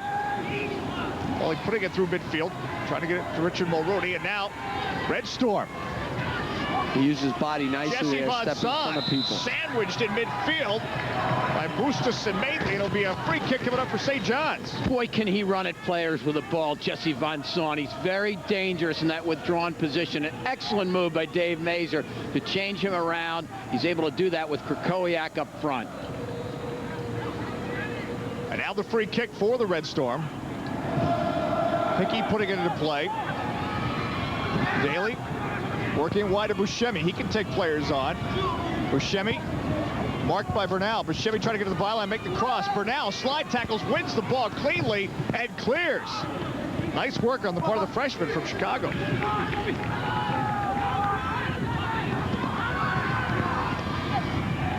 That's Ben Hickey.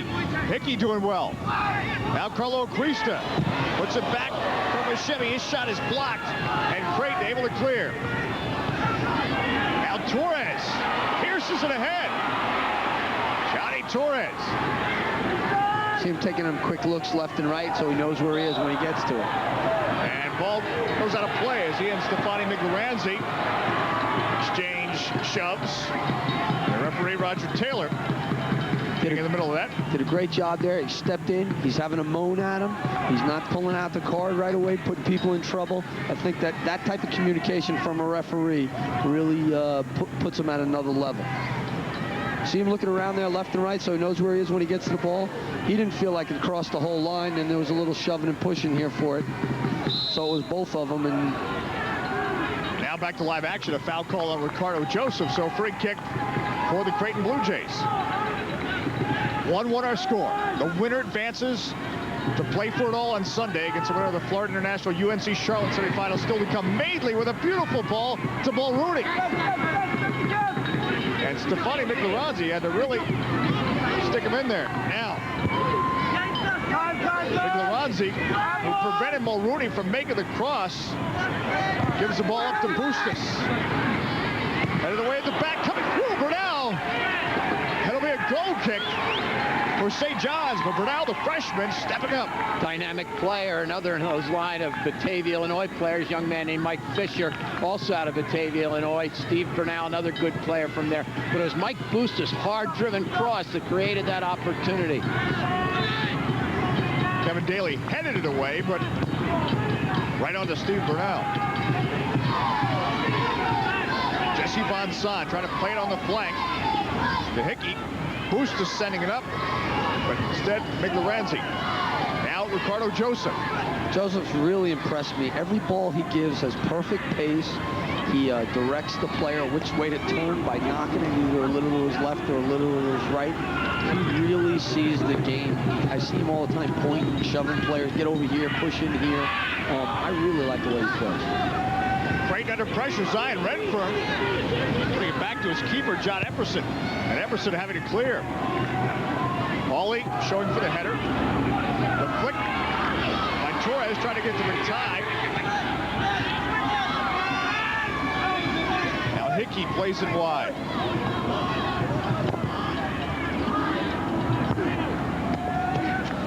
Throw-in coming up for St. John's.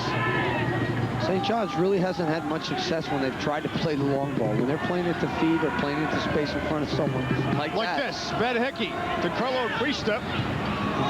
You called it, Thomas. Oh, nice ball by Miklorazzi for Crista. Crista now. Epperson comes surging out. It'll be a goal kick as Crista went out of play.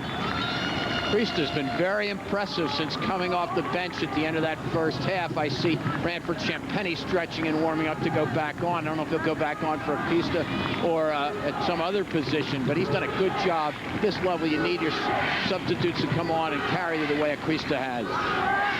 And just a freshman from Whitestone, New York. So again, not only are these new teams to semifinal action, but we've seen really throughout college soccer, both men and women, freshmen are coming in and making an impact on their programs.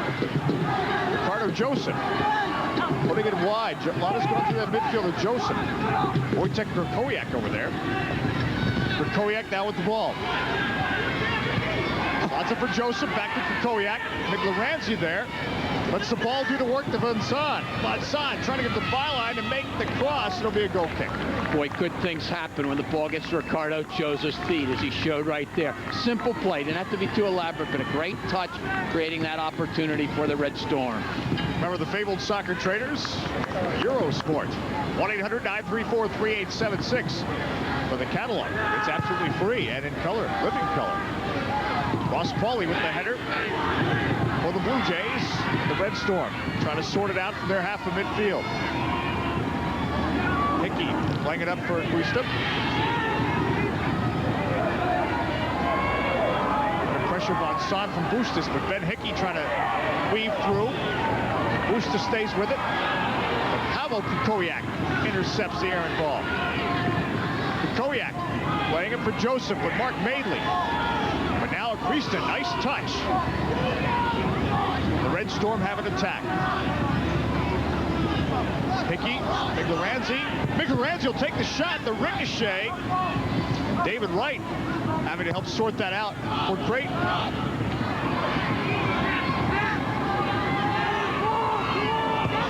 Assad trying to play through, but now Thomas Martin, the defensive midfielder for the Blue Jays, trying to clear it out. St. John's again. That was Buscemi winning the ball back, and now Hickey. And Hickey, a nice touch. Hickey may have a shot. He puts it for Miklorazzi. Miklorazzi! Off his right boot. The outside of his right boot. That'll be be a goal kick, but he was playing that hope somebody was cutting and going to finish it. When Ben Hickey gets the ball, good things happen. He did a terrific job that time, and Migloranzi just trying to slip it by Epperson, who came and covered the near post. Look at it again. This is Hickey winning this ball. So poised. Perfectly paced pass. Migloranzi coming from the back, tries to knock it by Epperson with the outside of his right foot. Just goes wide. Substitutions have been made. Jimmy Buscemi getting a break. Ranford Champagne's back in. Ben Hickey still in there. Puts it out looking for Wojtek Krakowiak, but Bernal comes back to try to win the ball for the Blue Jays. But he has to deal with the pressure of Krakowiak, and a foul, free kick coming up for the St. John's Red Storm. And that's where the pressure from St. John's is paying off, like just that. A lot of times forwards, they just get waiting for the ball to get to them. They kind of like go and pressure the ball, but they don't really. And what they need to do is do exactly what St. John's doing. Go and pressure like you mean it and you're going to win it. Then all of a sudden, you put the defender in trouble. He fouls you, and here's some danger right here. And Ben Hickey with that danger for the Red Storm. The service driven in. Migloranzi chest traps and turns. That'll be a goal kick. A lot of pressure, Tom, as you say, by the Red Storm against the Blue Jays thus far. They've not established possession. Richard Mulrooney had an excellent first half for Creighton. He's not had much of the ball. Hickey and Joseph are taking over this game right now. And if they can keep the pressure on, it could result in a goal for St. John's. And the only thing Dave Mazer was concerned about with this pressure, he just wanted to make sure that his players were tactically aware that they didn't get in a position that if they did lose the ball, that Creighton could burn them on the counterattack. Now on the attack, ball played by Mulrooney for Johnny Torres. Torres battling to get to it. Creates space for himself. Now bends it to the 6. Ross Pauly is there. Now Mike Bustos drives it looking for Pauly. But Migloranzi will clear it. He's got a wonderful game for St. John's. Wojtek Krakowiak forward coming back to win the ball.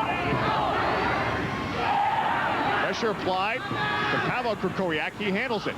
Joseph, Ricardo Joseph. Nice touch through midfield. But Mark Maidley collects for Creighton. Mulrooney now. Looking to spring. One of the front runners, but instead St. John's.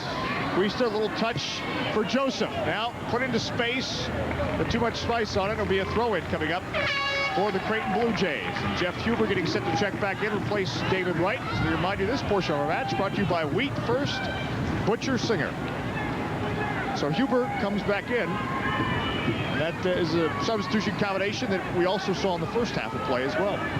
Jeff Huber has a tremendous athleticism and also gives him a little bit more experience than David Wright. Fine player, just a freshman. I'm sure Brett Simon wants the experienced junior Huber in the lineup now. They played to the freshman, Bernal on the far side. Now Zion Renfern. To Ross Pauly. Mulrooney's wide open here in space. On the right side, but he has to mishandled that one just a little bit. I think he was so trying anxious to make up for it. Trying to get through, but Migloranzi shuts him down. Now stepping up is Thomas Martin, the defensive midfielder. Nice spin turn. Now Mulrooney. McTighe goes up for the header. Now the Creighton Blue Jays. Back flick by Torres to Bernal. The back flick to Rob Wild, the defender for St. John's. That was really a great ball by Torres there. That heel, that improvisation, you can't teach. You can take it. You can be the best coach in the world. Take whatever player you want. You can't teach that. You either got that or you don't got it. You're in a situation, you're in the middle of the crowd there, and just stick going with the heel with someone running the goal. Ricardo Joseph running the goal for the St. John's Red Storm, but he's denied by Zion Redfern. And now counterattack chance here for Creighton. Johnny Torres. On the ball for the Blue Jays. Torres spinning around Migloranzi. Torres, post the header. It sails over. It is so tough to defend against Torres because he has not just speed, but he has quickness. He's got the short little steps. He throws his body one way, the other way. He gets by you, as a defender, most of the time, you just kind of recover by stepping back and getting in the angle. But he's so fast, his acceleration leaves you, and you can't do anything. Now, that play, Mark Madeley was the header, and we can see that, Richard, developing all the way from the back. And here's the finish of that. Just going to say, here's Torres working that individual magic, and he's coming down to the byline. He managed to clip it in, and it's Madeley coming all the way from his sweeper position and narrowly misses putting the Blue Jays ahead. So Madeley coming from his sweeper position, and you can pretty much call it like a billiard shot that was going to be the option Torres went to, and it was a very good option as it turned out. Jimmy Buscemi's checked back in. He's replaced Wojtek Krakowiak for St. John's, so a substitution there as Dave Mazur tries to keep fresh legs. 62 minutes into this semifinal, our second half. 1-1 the score between Creighton and St. John's. The Blue Jays get in the white jerseys, St. John's in the red. Creighton trying to get more than flow of play, but again, that pressure's been a problem. Paulo Priesthood and Ben Hickey. Hickey trying to get around Mulrooney. And Hickey takes the shot. Goal kick coming up for Creighton, but they're still having trouble getting it upfield. Well, you've got to get the ball out of your own back end, and a lot of goals result from what they call attacking third repossessions when the defense gives it up in its own third. Richard Mulrooney has played very well today, but a very casual pass off to the flank put him in trouble, and Hickey almost made them pay.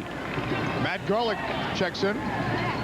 He replaces Thomas Martin this time. In the first half, Garlick replaced Bernal, but they're leaving Steve Bernal, the freshman, in on the left flank. It's been dangerous attacking, and Garlick can play almost anywhere. Replacing Thomas Martin has played about as much today as he has all year at the defensive midfield spot. There it is. Turnover by Huber to Ricardo Joseph. Buscemi is into the match. Creighton getting the numbers back. Playing for Carlo Priest. Now Jesse Von Son. It's in the net. It's in the net. Oh, it's in the net. A goal, St. John's. Coaches all over the world try to get their teams to do exactly that. Combination play under pressure in the offensive third and finish. It happened right here in front of your eyes. Unbelievable play, big time. It's like Green Bay there. They go to the fans. Great finishing, but an attacking third repossession. Tom, you mentioned the pressure that St. John's is putting on. They put the pressure on, and Creighton gave it up in the back. Here it is. Here's one.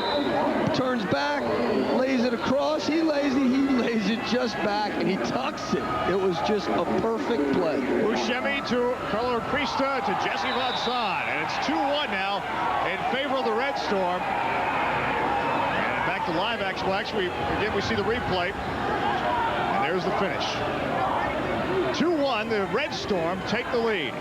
Free kick now by Mulrooney. This one not cleared off of Torres' head. It'll be a goal kick as the Red Storm are facing a storm from Creighton. Seems like it takes a goal to get Creighton to come out of the back and get more pressure on. They're most dangerous when they can put the ball forward, and they played a lot of this game, a lot of the second half in their own back end, and that attacking third repossession forced by the Red Storm gives them the goal, gives them the lead. That's a good point, Richard. We saw that in the first half. St. John's got the goal, and that seemed to spark Creighton. Indeed, they got an equalizer, but now they're down 2-1. Ross Pauling for the Blue Jays. Overlapping on the flank, Mike Bustos, but Pauly brings it back in the middle.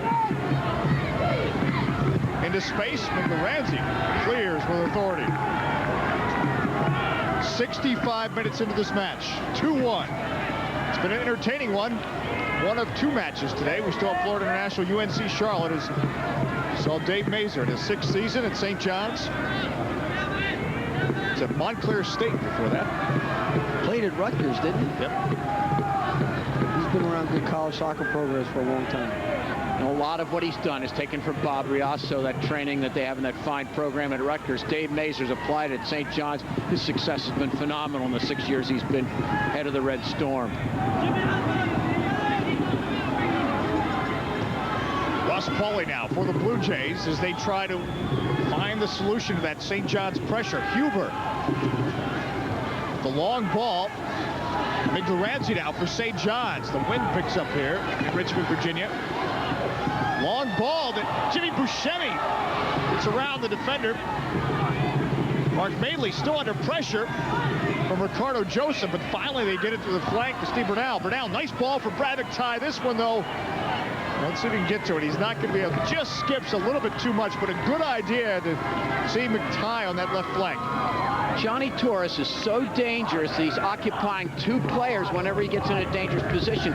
Creighton's got to get up and support him. A lot of times they play the ball into Torres, and they don't have players there to support. It creates a difficult situation for him to make things happen as good as he is.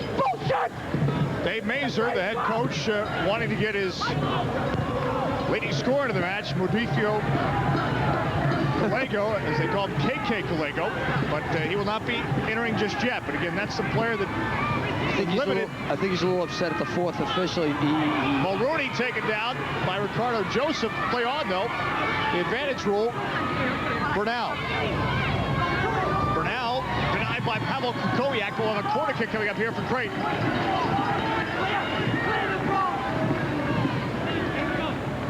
That's KK Callego, again, who's been bothered by an ankle injury that's kept him out of the starting lineup, but he is the leading scorer for St. John's with 36 points. Richard Mulrooney on this corner kick for the Creighton Blue Jays. Mulrooney. It's not clear. Daly tried to clear it. Now the header by Huber. Redfern cross Pauly. You've got to clear those balls. Defenders cannot let it bounce around from chest to chest, from foot to head. You got it. Ball comes in, it's got to get cleared clearly. Official timeout on the field. 2-1 the score. The St. John's Red Storm with the lead, and that's a concern right now for the Creighton Blue Jays. The Red Storm on the Jesse Von Son goal have the lead, at least for now. We're coming back with more.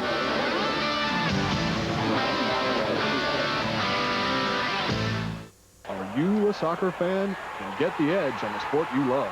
Read Soccer America. Don't miss any weekly soccer news. U.S. national teams, international, scores, profile, Major League Soccer, college. Soccer America delivers total soccer coverage every week. Call 1-800-335-GOAL to start your subscription. Just $29.97 for 20 weekly issues of Soccer America. Call 1-800-335-GOAL now. Baby, we can talk all night, wherever you go, whatever you do. Hi, if your favorite kind of music is soft rock, then you should hear this new album called Lost in Love. It's a new 4-record collection that has 36 of the best soft rock hits performed by the original artists. You got it all over him, you got me over him.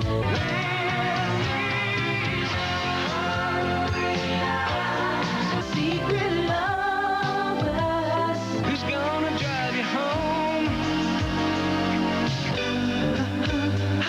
4 records or 2 cassette tapes are only $19.95. 2 compact discs, just $24.95. Here's how to order. Call 1-800-533-1400. That's 1-800-533-1400.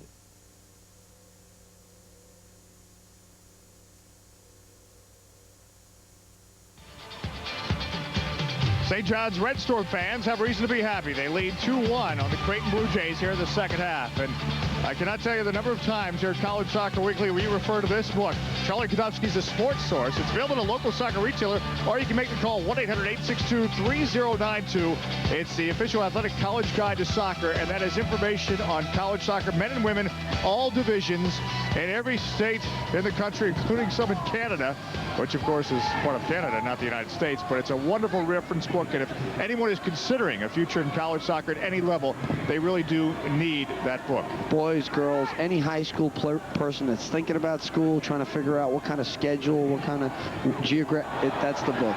Johnny Torres trying to read the book on St. John's, but the Red Storm close him down. And now Torres just heads Kevin Daly in the cheek. Torres frustrated that Daly slowed him down. Now Daly and Torres, there's something going off the ball. The referee's assistant needs to sort that out. He can't be watching the ball. His job is to watch off the ball. The man in the middle has to watch that. He can't allow that to happen, because now he's got an absolute riot on his hands, and he's calling him now. Now the center official will come over. They'll have a chat about it. That's Roger Taylor. He's going to go talk. And Roger Taylor, after he gets the information, is then going to call the 2 players over. He's going to say, hey, this is my field. That's not going to happen, or you're both out of here. Come on in. There's the timeout. So Roger Taylor, he's the gentleman on your left having the discussion. And he's going to call him over. He's calling him over. I told you he's gonna. You two, get over here. Kevin Daly and Johnny you two. Torres. There you go. Not just him. You two, yeah. Torres comes over. Now we need a mic on the field. Because they're smiling, but beep, beep, beep, beep, beep. Now, what is he saying here? He's saying, look, you two got a problem. He's saying he butted me in the head. He's saying, he kicked me, blah, blah, blah. Did you do it? He's having a word with him. He wants him, he's going to straighten this out right now. Brett Simon hoping his player, Johnny Torres, doesn't get carded. You can see Kevin Daly's right cheek, and he points to it. And now, instead of headbutting the cheek, he pats him on the cheek, and they both get away without a card. And no, I believe he gave. Oh no, he did. He gave me yellow. Yeah, he gave me yellow. To Johnny for sure. I'm not sure if Kevin Daly got one either. Right. He may have just given it to Torres. He did just give it to Torres. Actually, we were just informed that both were booked. Both? They told us from the sideline. So that's the situation there. Kevin Daly also getting a yellow card. About 21 minutes left in this match. Johnny Torres, very emotional player, has to keep his emotions under control. And certainly Kevin Daly has to do the same because he's the key. He's the linchpin in that back, holding the St. John's defense together. Speaking of linchpins in the midfield, it's been Ben Hickey. And Hickey with a wonderful ball on the right flank. Trying to get Ranford Champagny, and Champagny, they make the connection. Champagny trying to put those dollar moves on, but stepping in mainly, but Champagny somehow still with the ball. Champagne on the ball, but it's a goal kick coming up for the Creighton Blue Jays. I like it when he does it on this side of the field. I can see it better. I know, that's right. That's why we brought the television cameras just for you, so you can see what happens on the far side of the field, Tommy. I think Dave Mazur likes it whatever side of the field. He has to like what he's seen in his bench. Akista came off the bench, really did a splendid job and set up that goal that's put them in the lead. St. John's getting the red jerseys, Creighton in the white.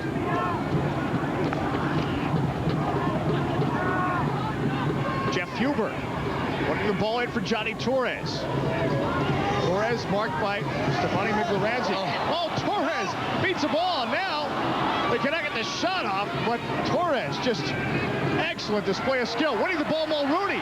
Richard Mulrooney winning the ball, trying to cross it to Bustos' far post, and ricochets off Kevin Daly. It'll be a corner kick coming up.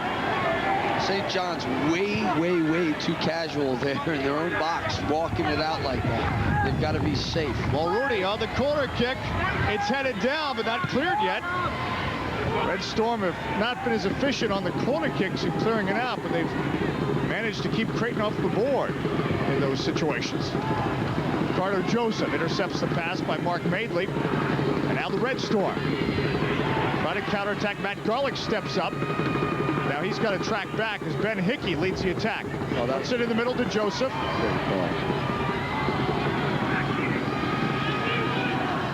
Jesse Von Son right now has the game-winning goal. Ricardo Joseph dancing on the ball. Von Son. Back to Joseph. Now the chip. KK Colego making the run, trying to bend it back. It'll be a corner kick coming up for St. John's. You could bring KK Colego off the bench with about 20 minutes to go in the game. Boy, the defense for Creighton's been struggling, and they bring in this player. It's another problem for Creighton to solve while they're trying to get back into to tie this game up. Look at Jesse Von Son to take the corner kick for the St. John's Red Storm. Von Son, the service, getting up for Champagny. Ben Hickey coming through. Kevin Daly. Goal kick, Creighton. Dangerous restart that time as Daly just agonizing over his inability to convert that chance. So the score remains 2-1. This portion of our match brought to you by AT&T. 71 minutes in.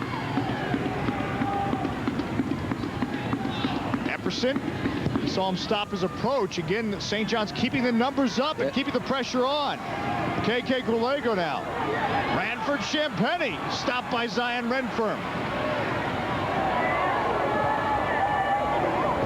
Now the pressure again. Dice can't get onto it as Jesse Von Son intervened. And now, Ricardo Joseph. Joseph into the corner. Jumped over that kick. That would be a throw-in as he eluded the defensive play. Throw in for the Red Storm. Miglaranzi. Hickey. Stepping up his problem. Wow, the save made by Epperson. And Redfern was doing a good job to shield Kalega from collecting the ricochet off the save.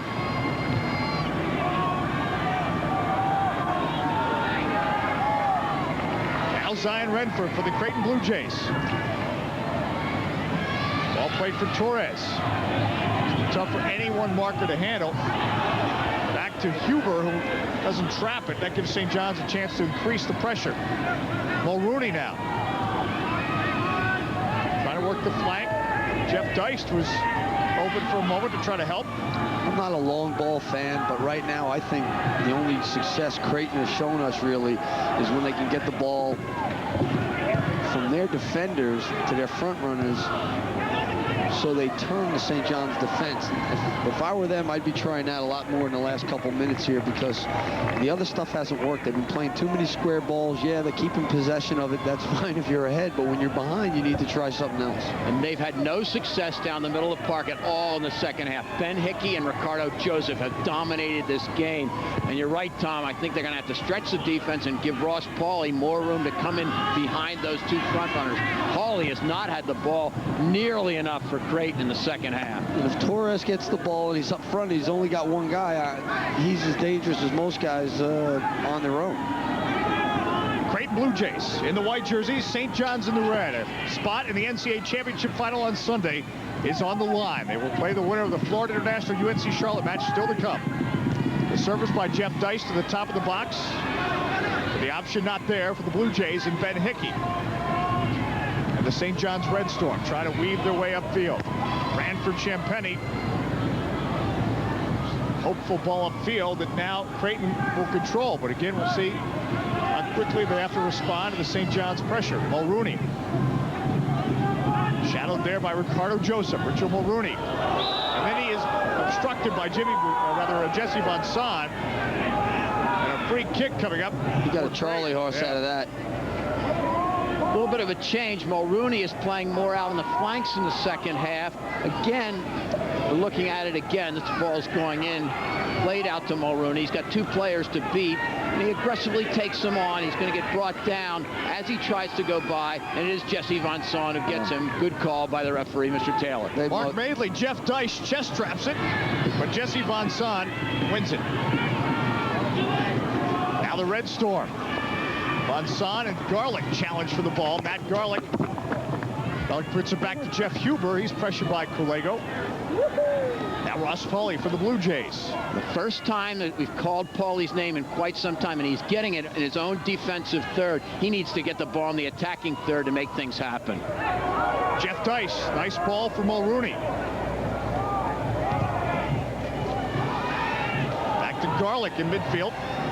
Renfirm, he can attack from his defensive position, former striker.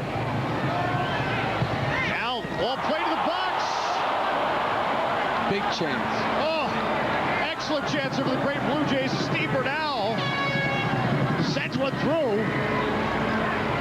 It'll be a goal kick instead for St. John's, but Bernal's been much more effective in that second half. Let's watch another replay. Ball being crossed in by Zion Renfirm, and it doesn't get much better opportunities than Bernal had. Red Storm leaving him wide open. He needs to convert those.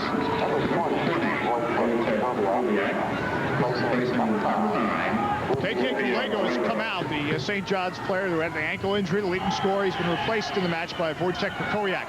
Now the Creighton Blue Jays again on the attack. Mike Bustos. Bustos the shot! Side netting. Yeah, they were already celebrating, some of the Creighton fans who didn't have a good angle on it.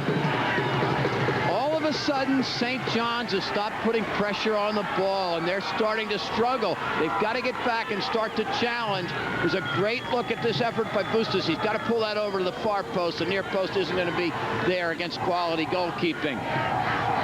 2-1 the score, and still a lot of time. There's some St. John's players warming up here on the side.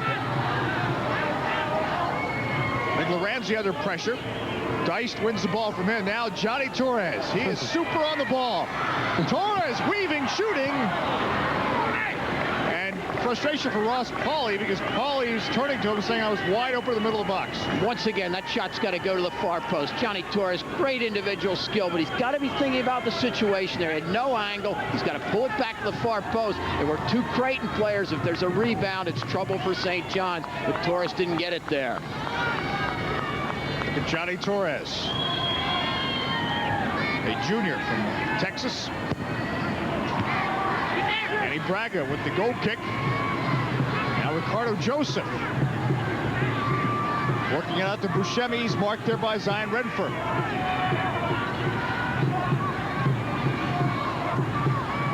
Now Joseph putting on the moves. Yes, that toe Wojtek Krakowiak cannot get a shot up while Rudy helps deny. Buscemi trying to win the ball, but Bernal will clear for the Creighton Blue Jays, but right to Rob Weil for St. John's. St. John's has never converted on one long ball out of the back. They're so much better off just playing the short ones through the midfield. Every time they play a long one, they just get, oh, sweet! St. John's putting on the moves. Jesse Von Son eludes the challenge. Wojtek Krakowiak back to Von Son. Von Son, and he's taken down by Bernal, and that he's going to get a... Well, I thought he was going to reach for the pocket and give a card. He thought about it. Yep. Roger Taylor, I thought he was close to doing that because Von Son, if he gets around that defender, not only is he maybe on the goal, but he had a player cutting down the middle. And he gets around defenders. Jesse Von Son can really run at players. He's been in a position to do so a lot this second half. He's made a big difference in the game. I'm surprised he didn't give him a card there because not only did he hit him hard, but where he hit him, he was going to goal. And really, he could give him a red for that. Yeah, the position on the field. Yeah, because, you know, a yellow for sure. Well, here we go. Here it is. He plays it through. He's going here. He beats him. And now here he comes in. Whack. He's going to goal. He's goal side on everybody.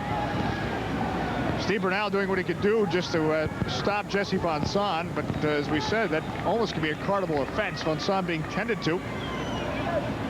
Again, right now, he holds a game-winning goal. It was his goal to make it 2-1 here in the second half of play. And he's up.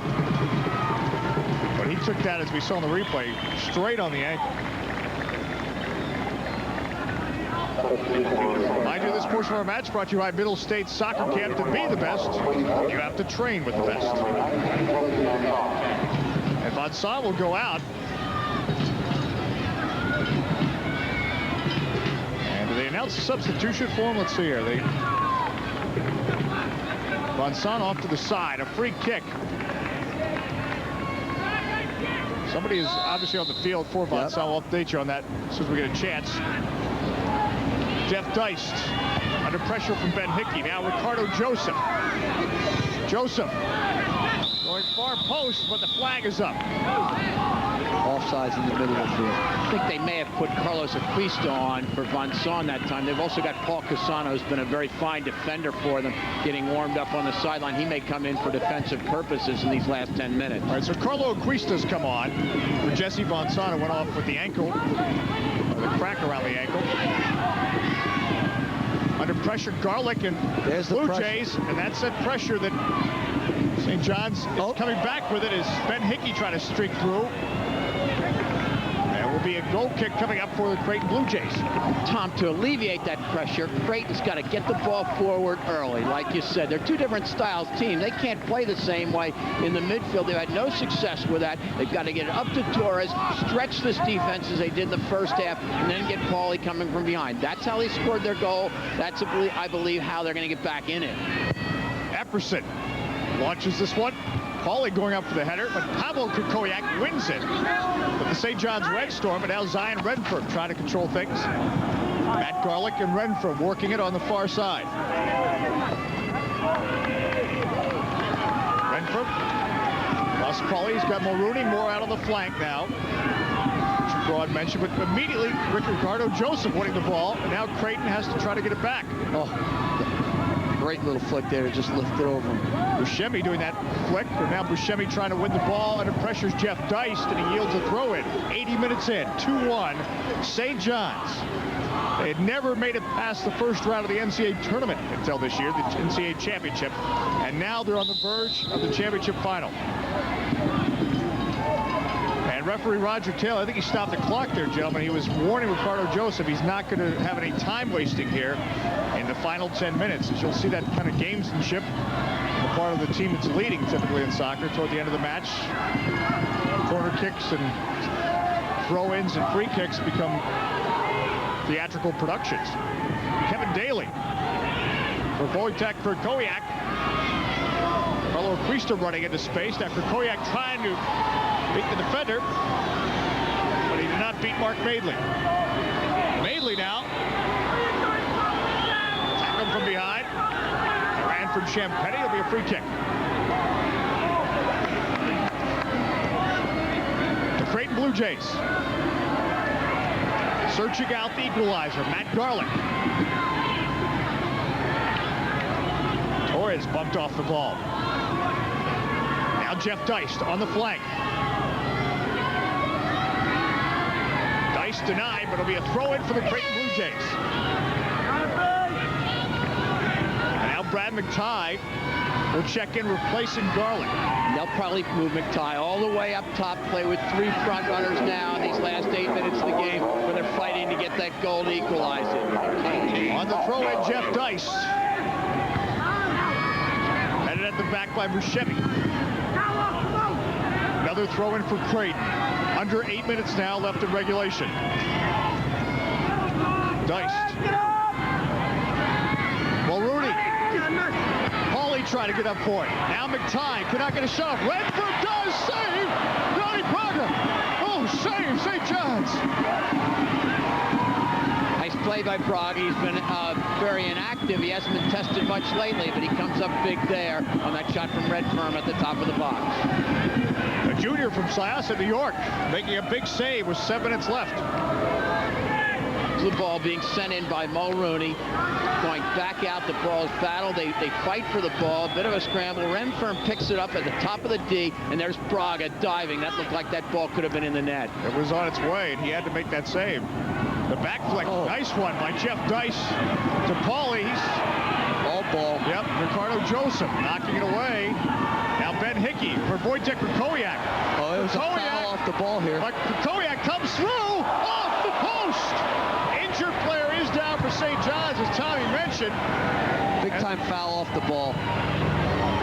Play continues. I think it's Carlo Cuesta that's down. But now Johnny Torres trying to streak upfield. Now it's cleared out of play by Pavel Krakowiak. And Tommy, you were right on it. What did you see? I didn't actually see what happened here, but obviously he got hit off the ball. The ball's nowhere near him. Two guys are running the goal. Defender's a little frustrated. This is not an accident. Nobody, when they're winning 1-0, fakes like this. That doesn't happen. Really, the referee assistant on the far side, who's covering the side of the field, needs to look out for that when a game's this tight. I think people are starting to get a little anxious here, but he definitely took a belt. Well, it was on the near side of the field, and I believe it was as the ball was being played on the far side of Wojtek Krakowiak, and we were obviously watching Wojtek Krakowiak, and I saw it at the corner of my eye, Carlo Cuesta go down, but we're not sure just whether it was an elbow to the side of the head, and that's the one thing you would expect in a situation like that. And Taylor knows. He went over to find out who did it. Unfortunately, he can't really throw someone off unless he's seen it happen. Right. So Carlo Cuesta trying to get the cobwebs out, and of course tonight we're going to get the cobwebs out and have some fun at the Richmond Center. Hope to see you there if you're in the area, or this weekend as well. Make the trip to Richmond. Again, there are the hours tonight, 7 to 11, and tomorrow 9 to 7 p.m. And believe me, if you're a soccer fan at all, this is the place you have to be. This is your Disney World. This is your Magic Kingdom. It's the Fan Zone. And even if you're not a soccer player, it's still a great place. You can challenge yourself. There's all kinds of free gifts, prizes. Get there. All right, I will. Jeff Deist on the throw-in. Carlo Cuesta goes out. And Jesse Von Son coming back in. So two players who are paying the price this afternoon. Von Son went out after getting a crack on the ankle. St. John's in the red jerseys with the 2-1 lead on Creighton, the Blue Jays.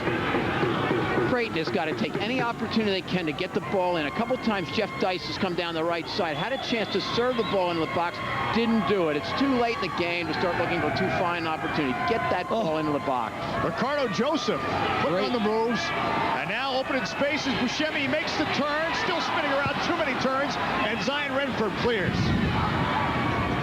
But Buscemi, what skill. But he needed to pull the trigger on that. He had a chance to get the shot off, and he could have put this game out of reach. He's got to take those chances, not try to get too fine a scoring opportunity. Jeff Dice and Ricardo Joseph battling. It'll be a throw-in coming up for St. John's. Ricardo Joseph, what an impact he has had on this game and his play in the midfield. Buscemi battling with David Wright. Now David Wright and Jeff Dice for the Creighton Blue Jays. Approaching 5 minutes left in regulation. Can the Creighton Blue Jays pinch the equalizer?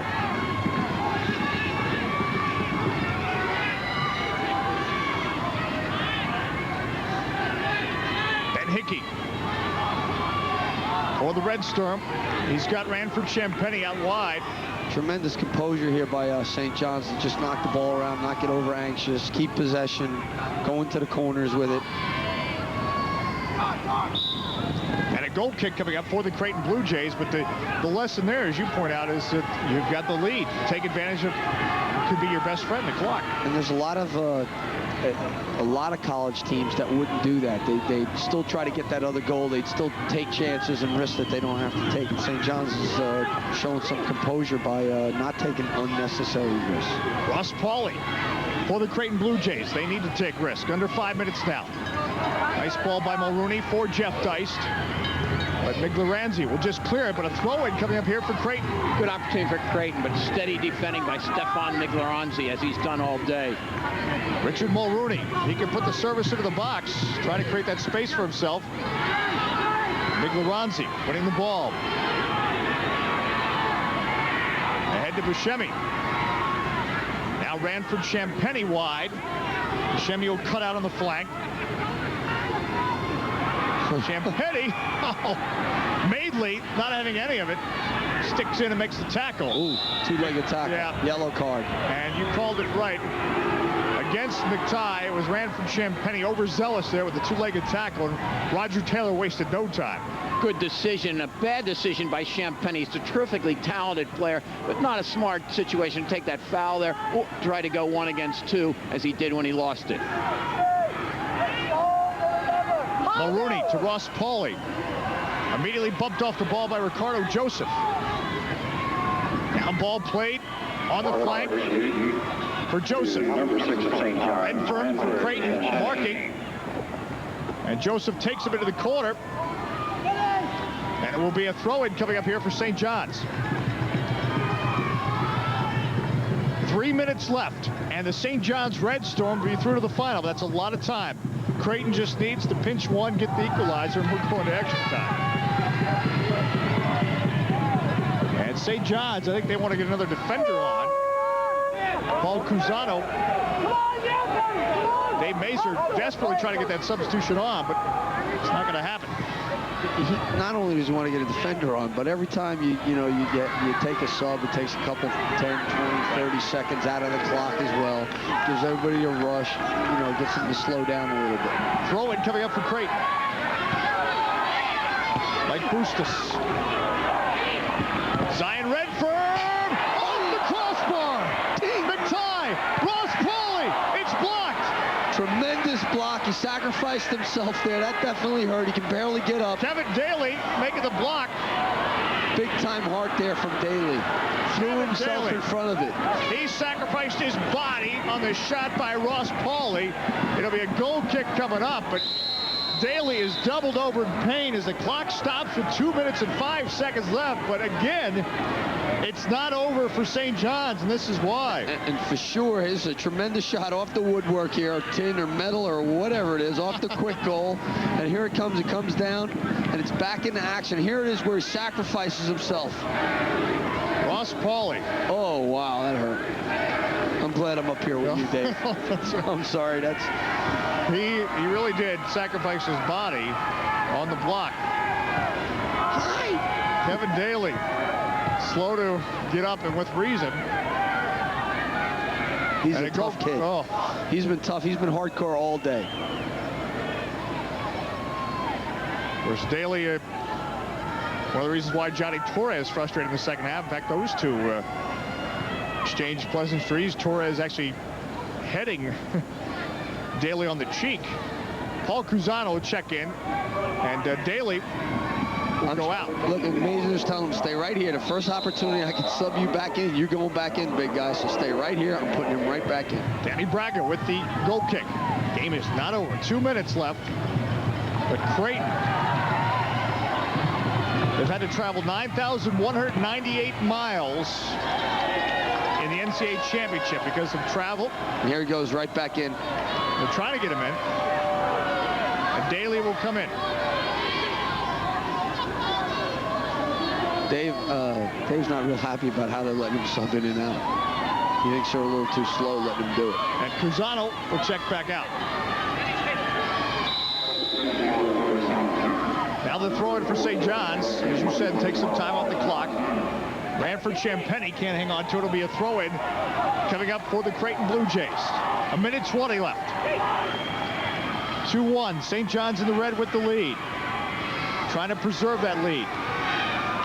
Zion Renford stepping up.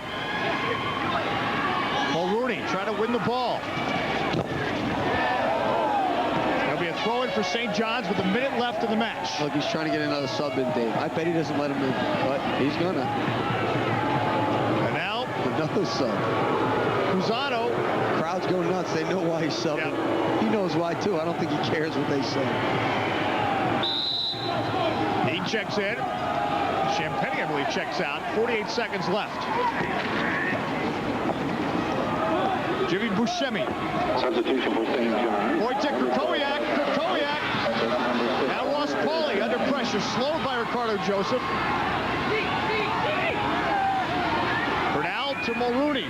They have 23 seconds. One more run left, probably for Creighton. Need a long ball into the mixer. You got to put it in the mixer from here. David Wright does just that. Ross Pauly steps up. 10 seconds. David Wright desperately trying to keep it in play. 5 seconds, but tie the head. Back flick to Rostis. Coming through Torres. Braga makes the save as time runs out. Dramatic end to this first semifinal. But the St. John's Red Storm are through to the championship final on Sunday. And now they can celebrate. Great game by both teams. No reason for Creighton to put their head down. They played well. They stuck to their game plan. They had their chances. The second half, they didn't have as much of a good game as they did the first half, but they had a great season. Brett does a tremendous job there. He's only been there 2 years. They're a team I think we're going to have to look for in the next couple of years as well. Well, the Creighton Blue Jays making it to the semifinals, but the St. John's Red Storm with a 2-1 win today, they booked the spot to Sunday. We're coming back with more from Richmond, Virginia. Again, 2-1 the final.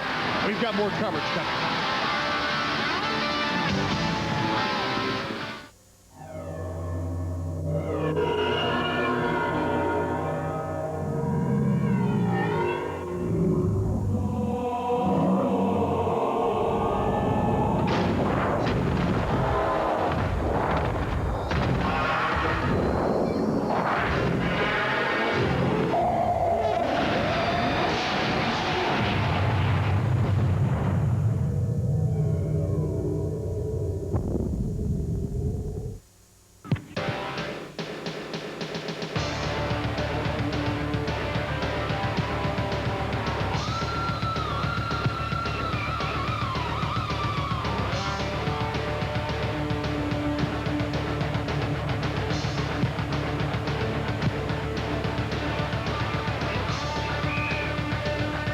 Be the best, train with the best. Middle State Soccer Camp.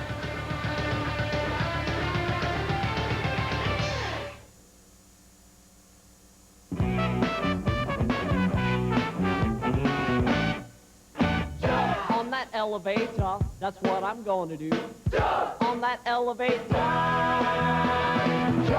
that elevator, that's what I'm going to do. On that elevator. Okay. On that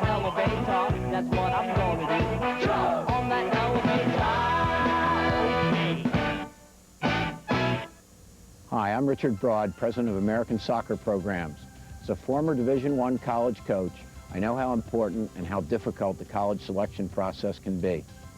Our college counseling service guides you through every step of the process, from filing applications to assisting with financial aid, from evaluating your skills as a player to making direct contact with collegiate coaches. Let our college counseling service assist you in making an informed, educated choice. Let us help find a college that is right for you. Ben?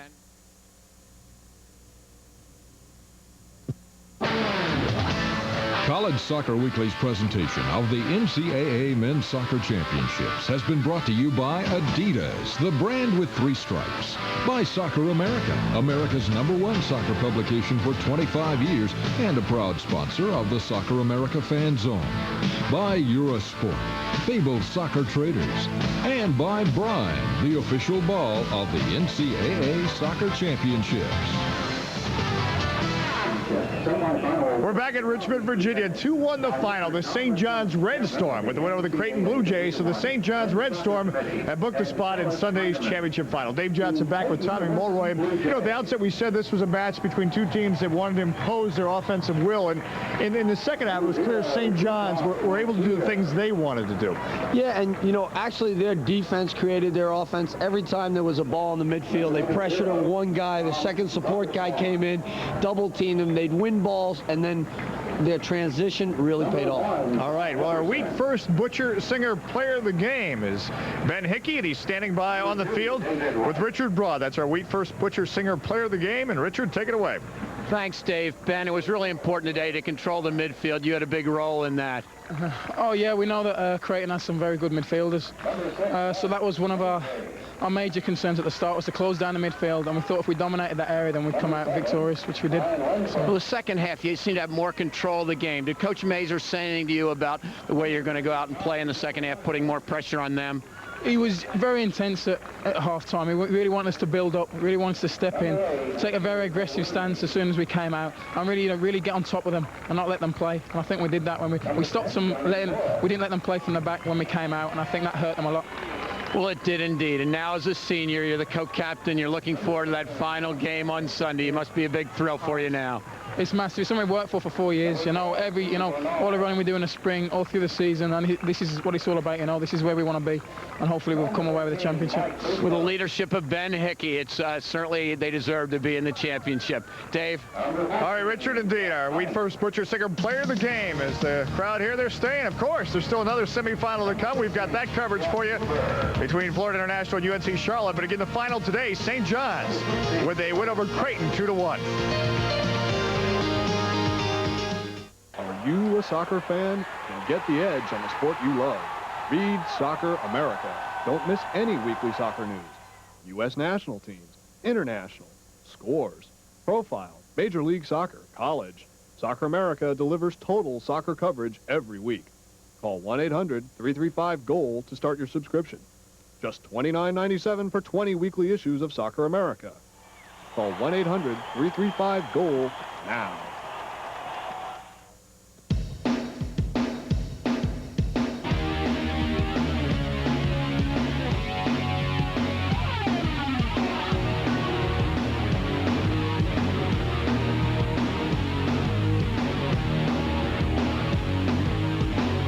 Thousands of athletes, hundreds of tributes, one great place, the NCAA Hall of Champions, open year-round in Kansas City.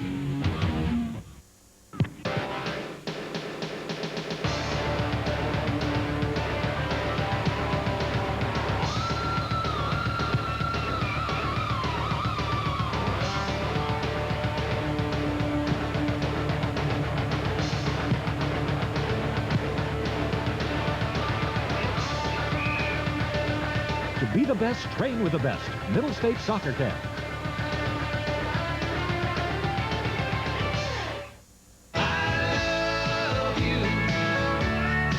Now, Cornerstone Promotions presents the Bellamy Brothers. Here are 24 of their greatest hits. If I said you have a beautiful body, would you hold it against me? That's the cowboy.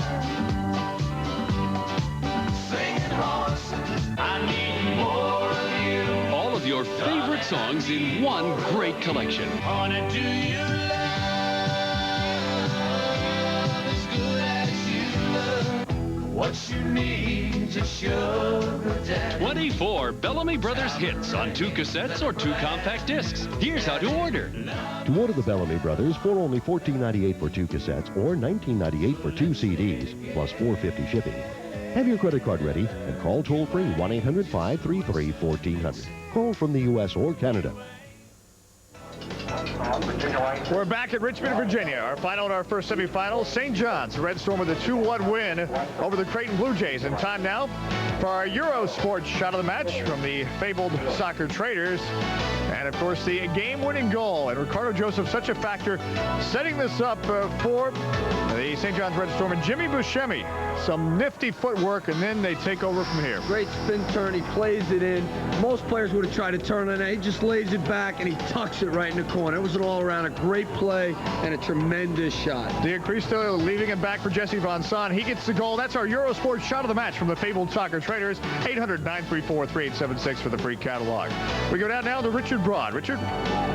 Dave, thanks a lot. I'm here with Dave Mazur, the winning coach. Did a tremendous job. You told me before this game that you had the best midfield in the country, and they certainly looked like it today. Yeah, I think Ben and Ricky in the center of the park did a great job. I think Jesse Van Soen, when he went forward, really gave us a whole lot. I didn't think it was a great day for Penny on the right side, but, you know, the other guys picked it up, and they really did a great job. And the coaching came into it. What did you tell those players at halftime? Nothing. I thought that basically things were going our way. I said kind of maybe giving up a goal might have been a blessing in disguise, so we wouldn't sit on a lead. We wanted to just keep moving the ball, keep working, maybe step up our pressure a little bit higher, and make sure we got numbers around the ball so that we could maybe dispossess them and win. And I think we did. And then when we went forward, we looked good there for the first 25, 30 minutes of the half. And then we slacked off a little bit and had to absorb a little bit of pressure there at the end. You didn't have KK Callego for much of the game today. You had to make some other substitutions, but they came through for you, didn't they? I think Carlo Acquista came on and really gives us the touch and a bit of flair up front that we're in need of, and really set up the goal very nicely for Jesse to finish. And I think that type of quality is what we expected out of Carlo. It's just a shame for Keke. You know, he misses it so badly because of the fact that he can't play. He only can play 10 minutes. He's got a bad leg. But all the other guys are chipping in and stepping up for him. Well, a great team effort by you, Dave, and congratulations. I'm sure you'll be ready on Sunday. Dave, back to you. All right, thanks indeed, Richard Broad. So Dave Mazur, they said dream it, believe it, achieve it. Now they have a chance to do just that in the championship final on Sunday. And again, that'll be between the winner of the UNC Charlotte Florida International match still to come. And the fans are getting a brisk, wet day here in Richmond, Virginia. But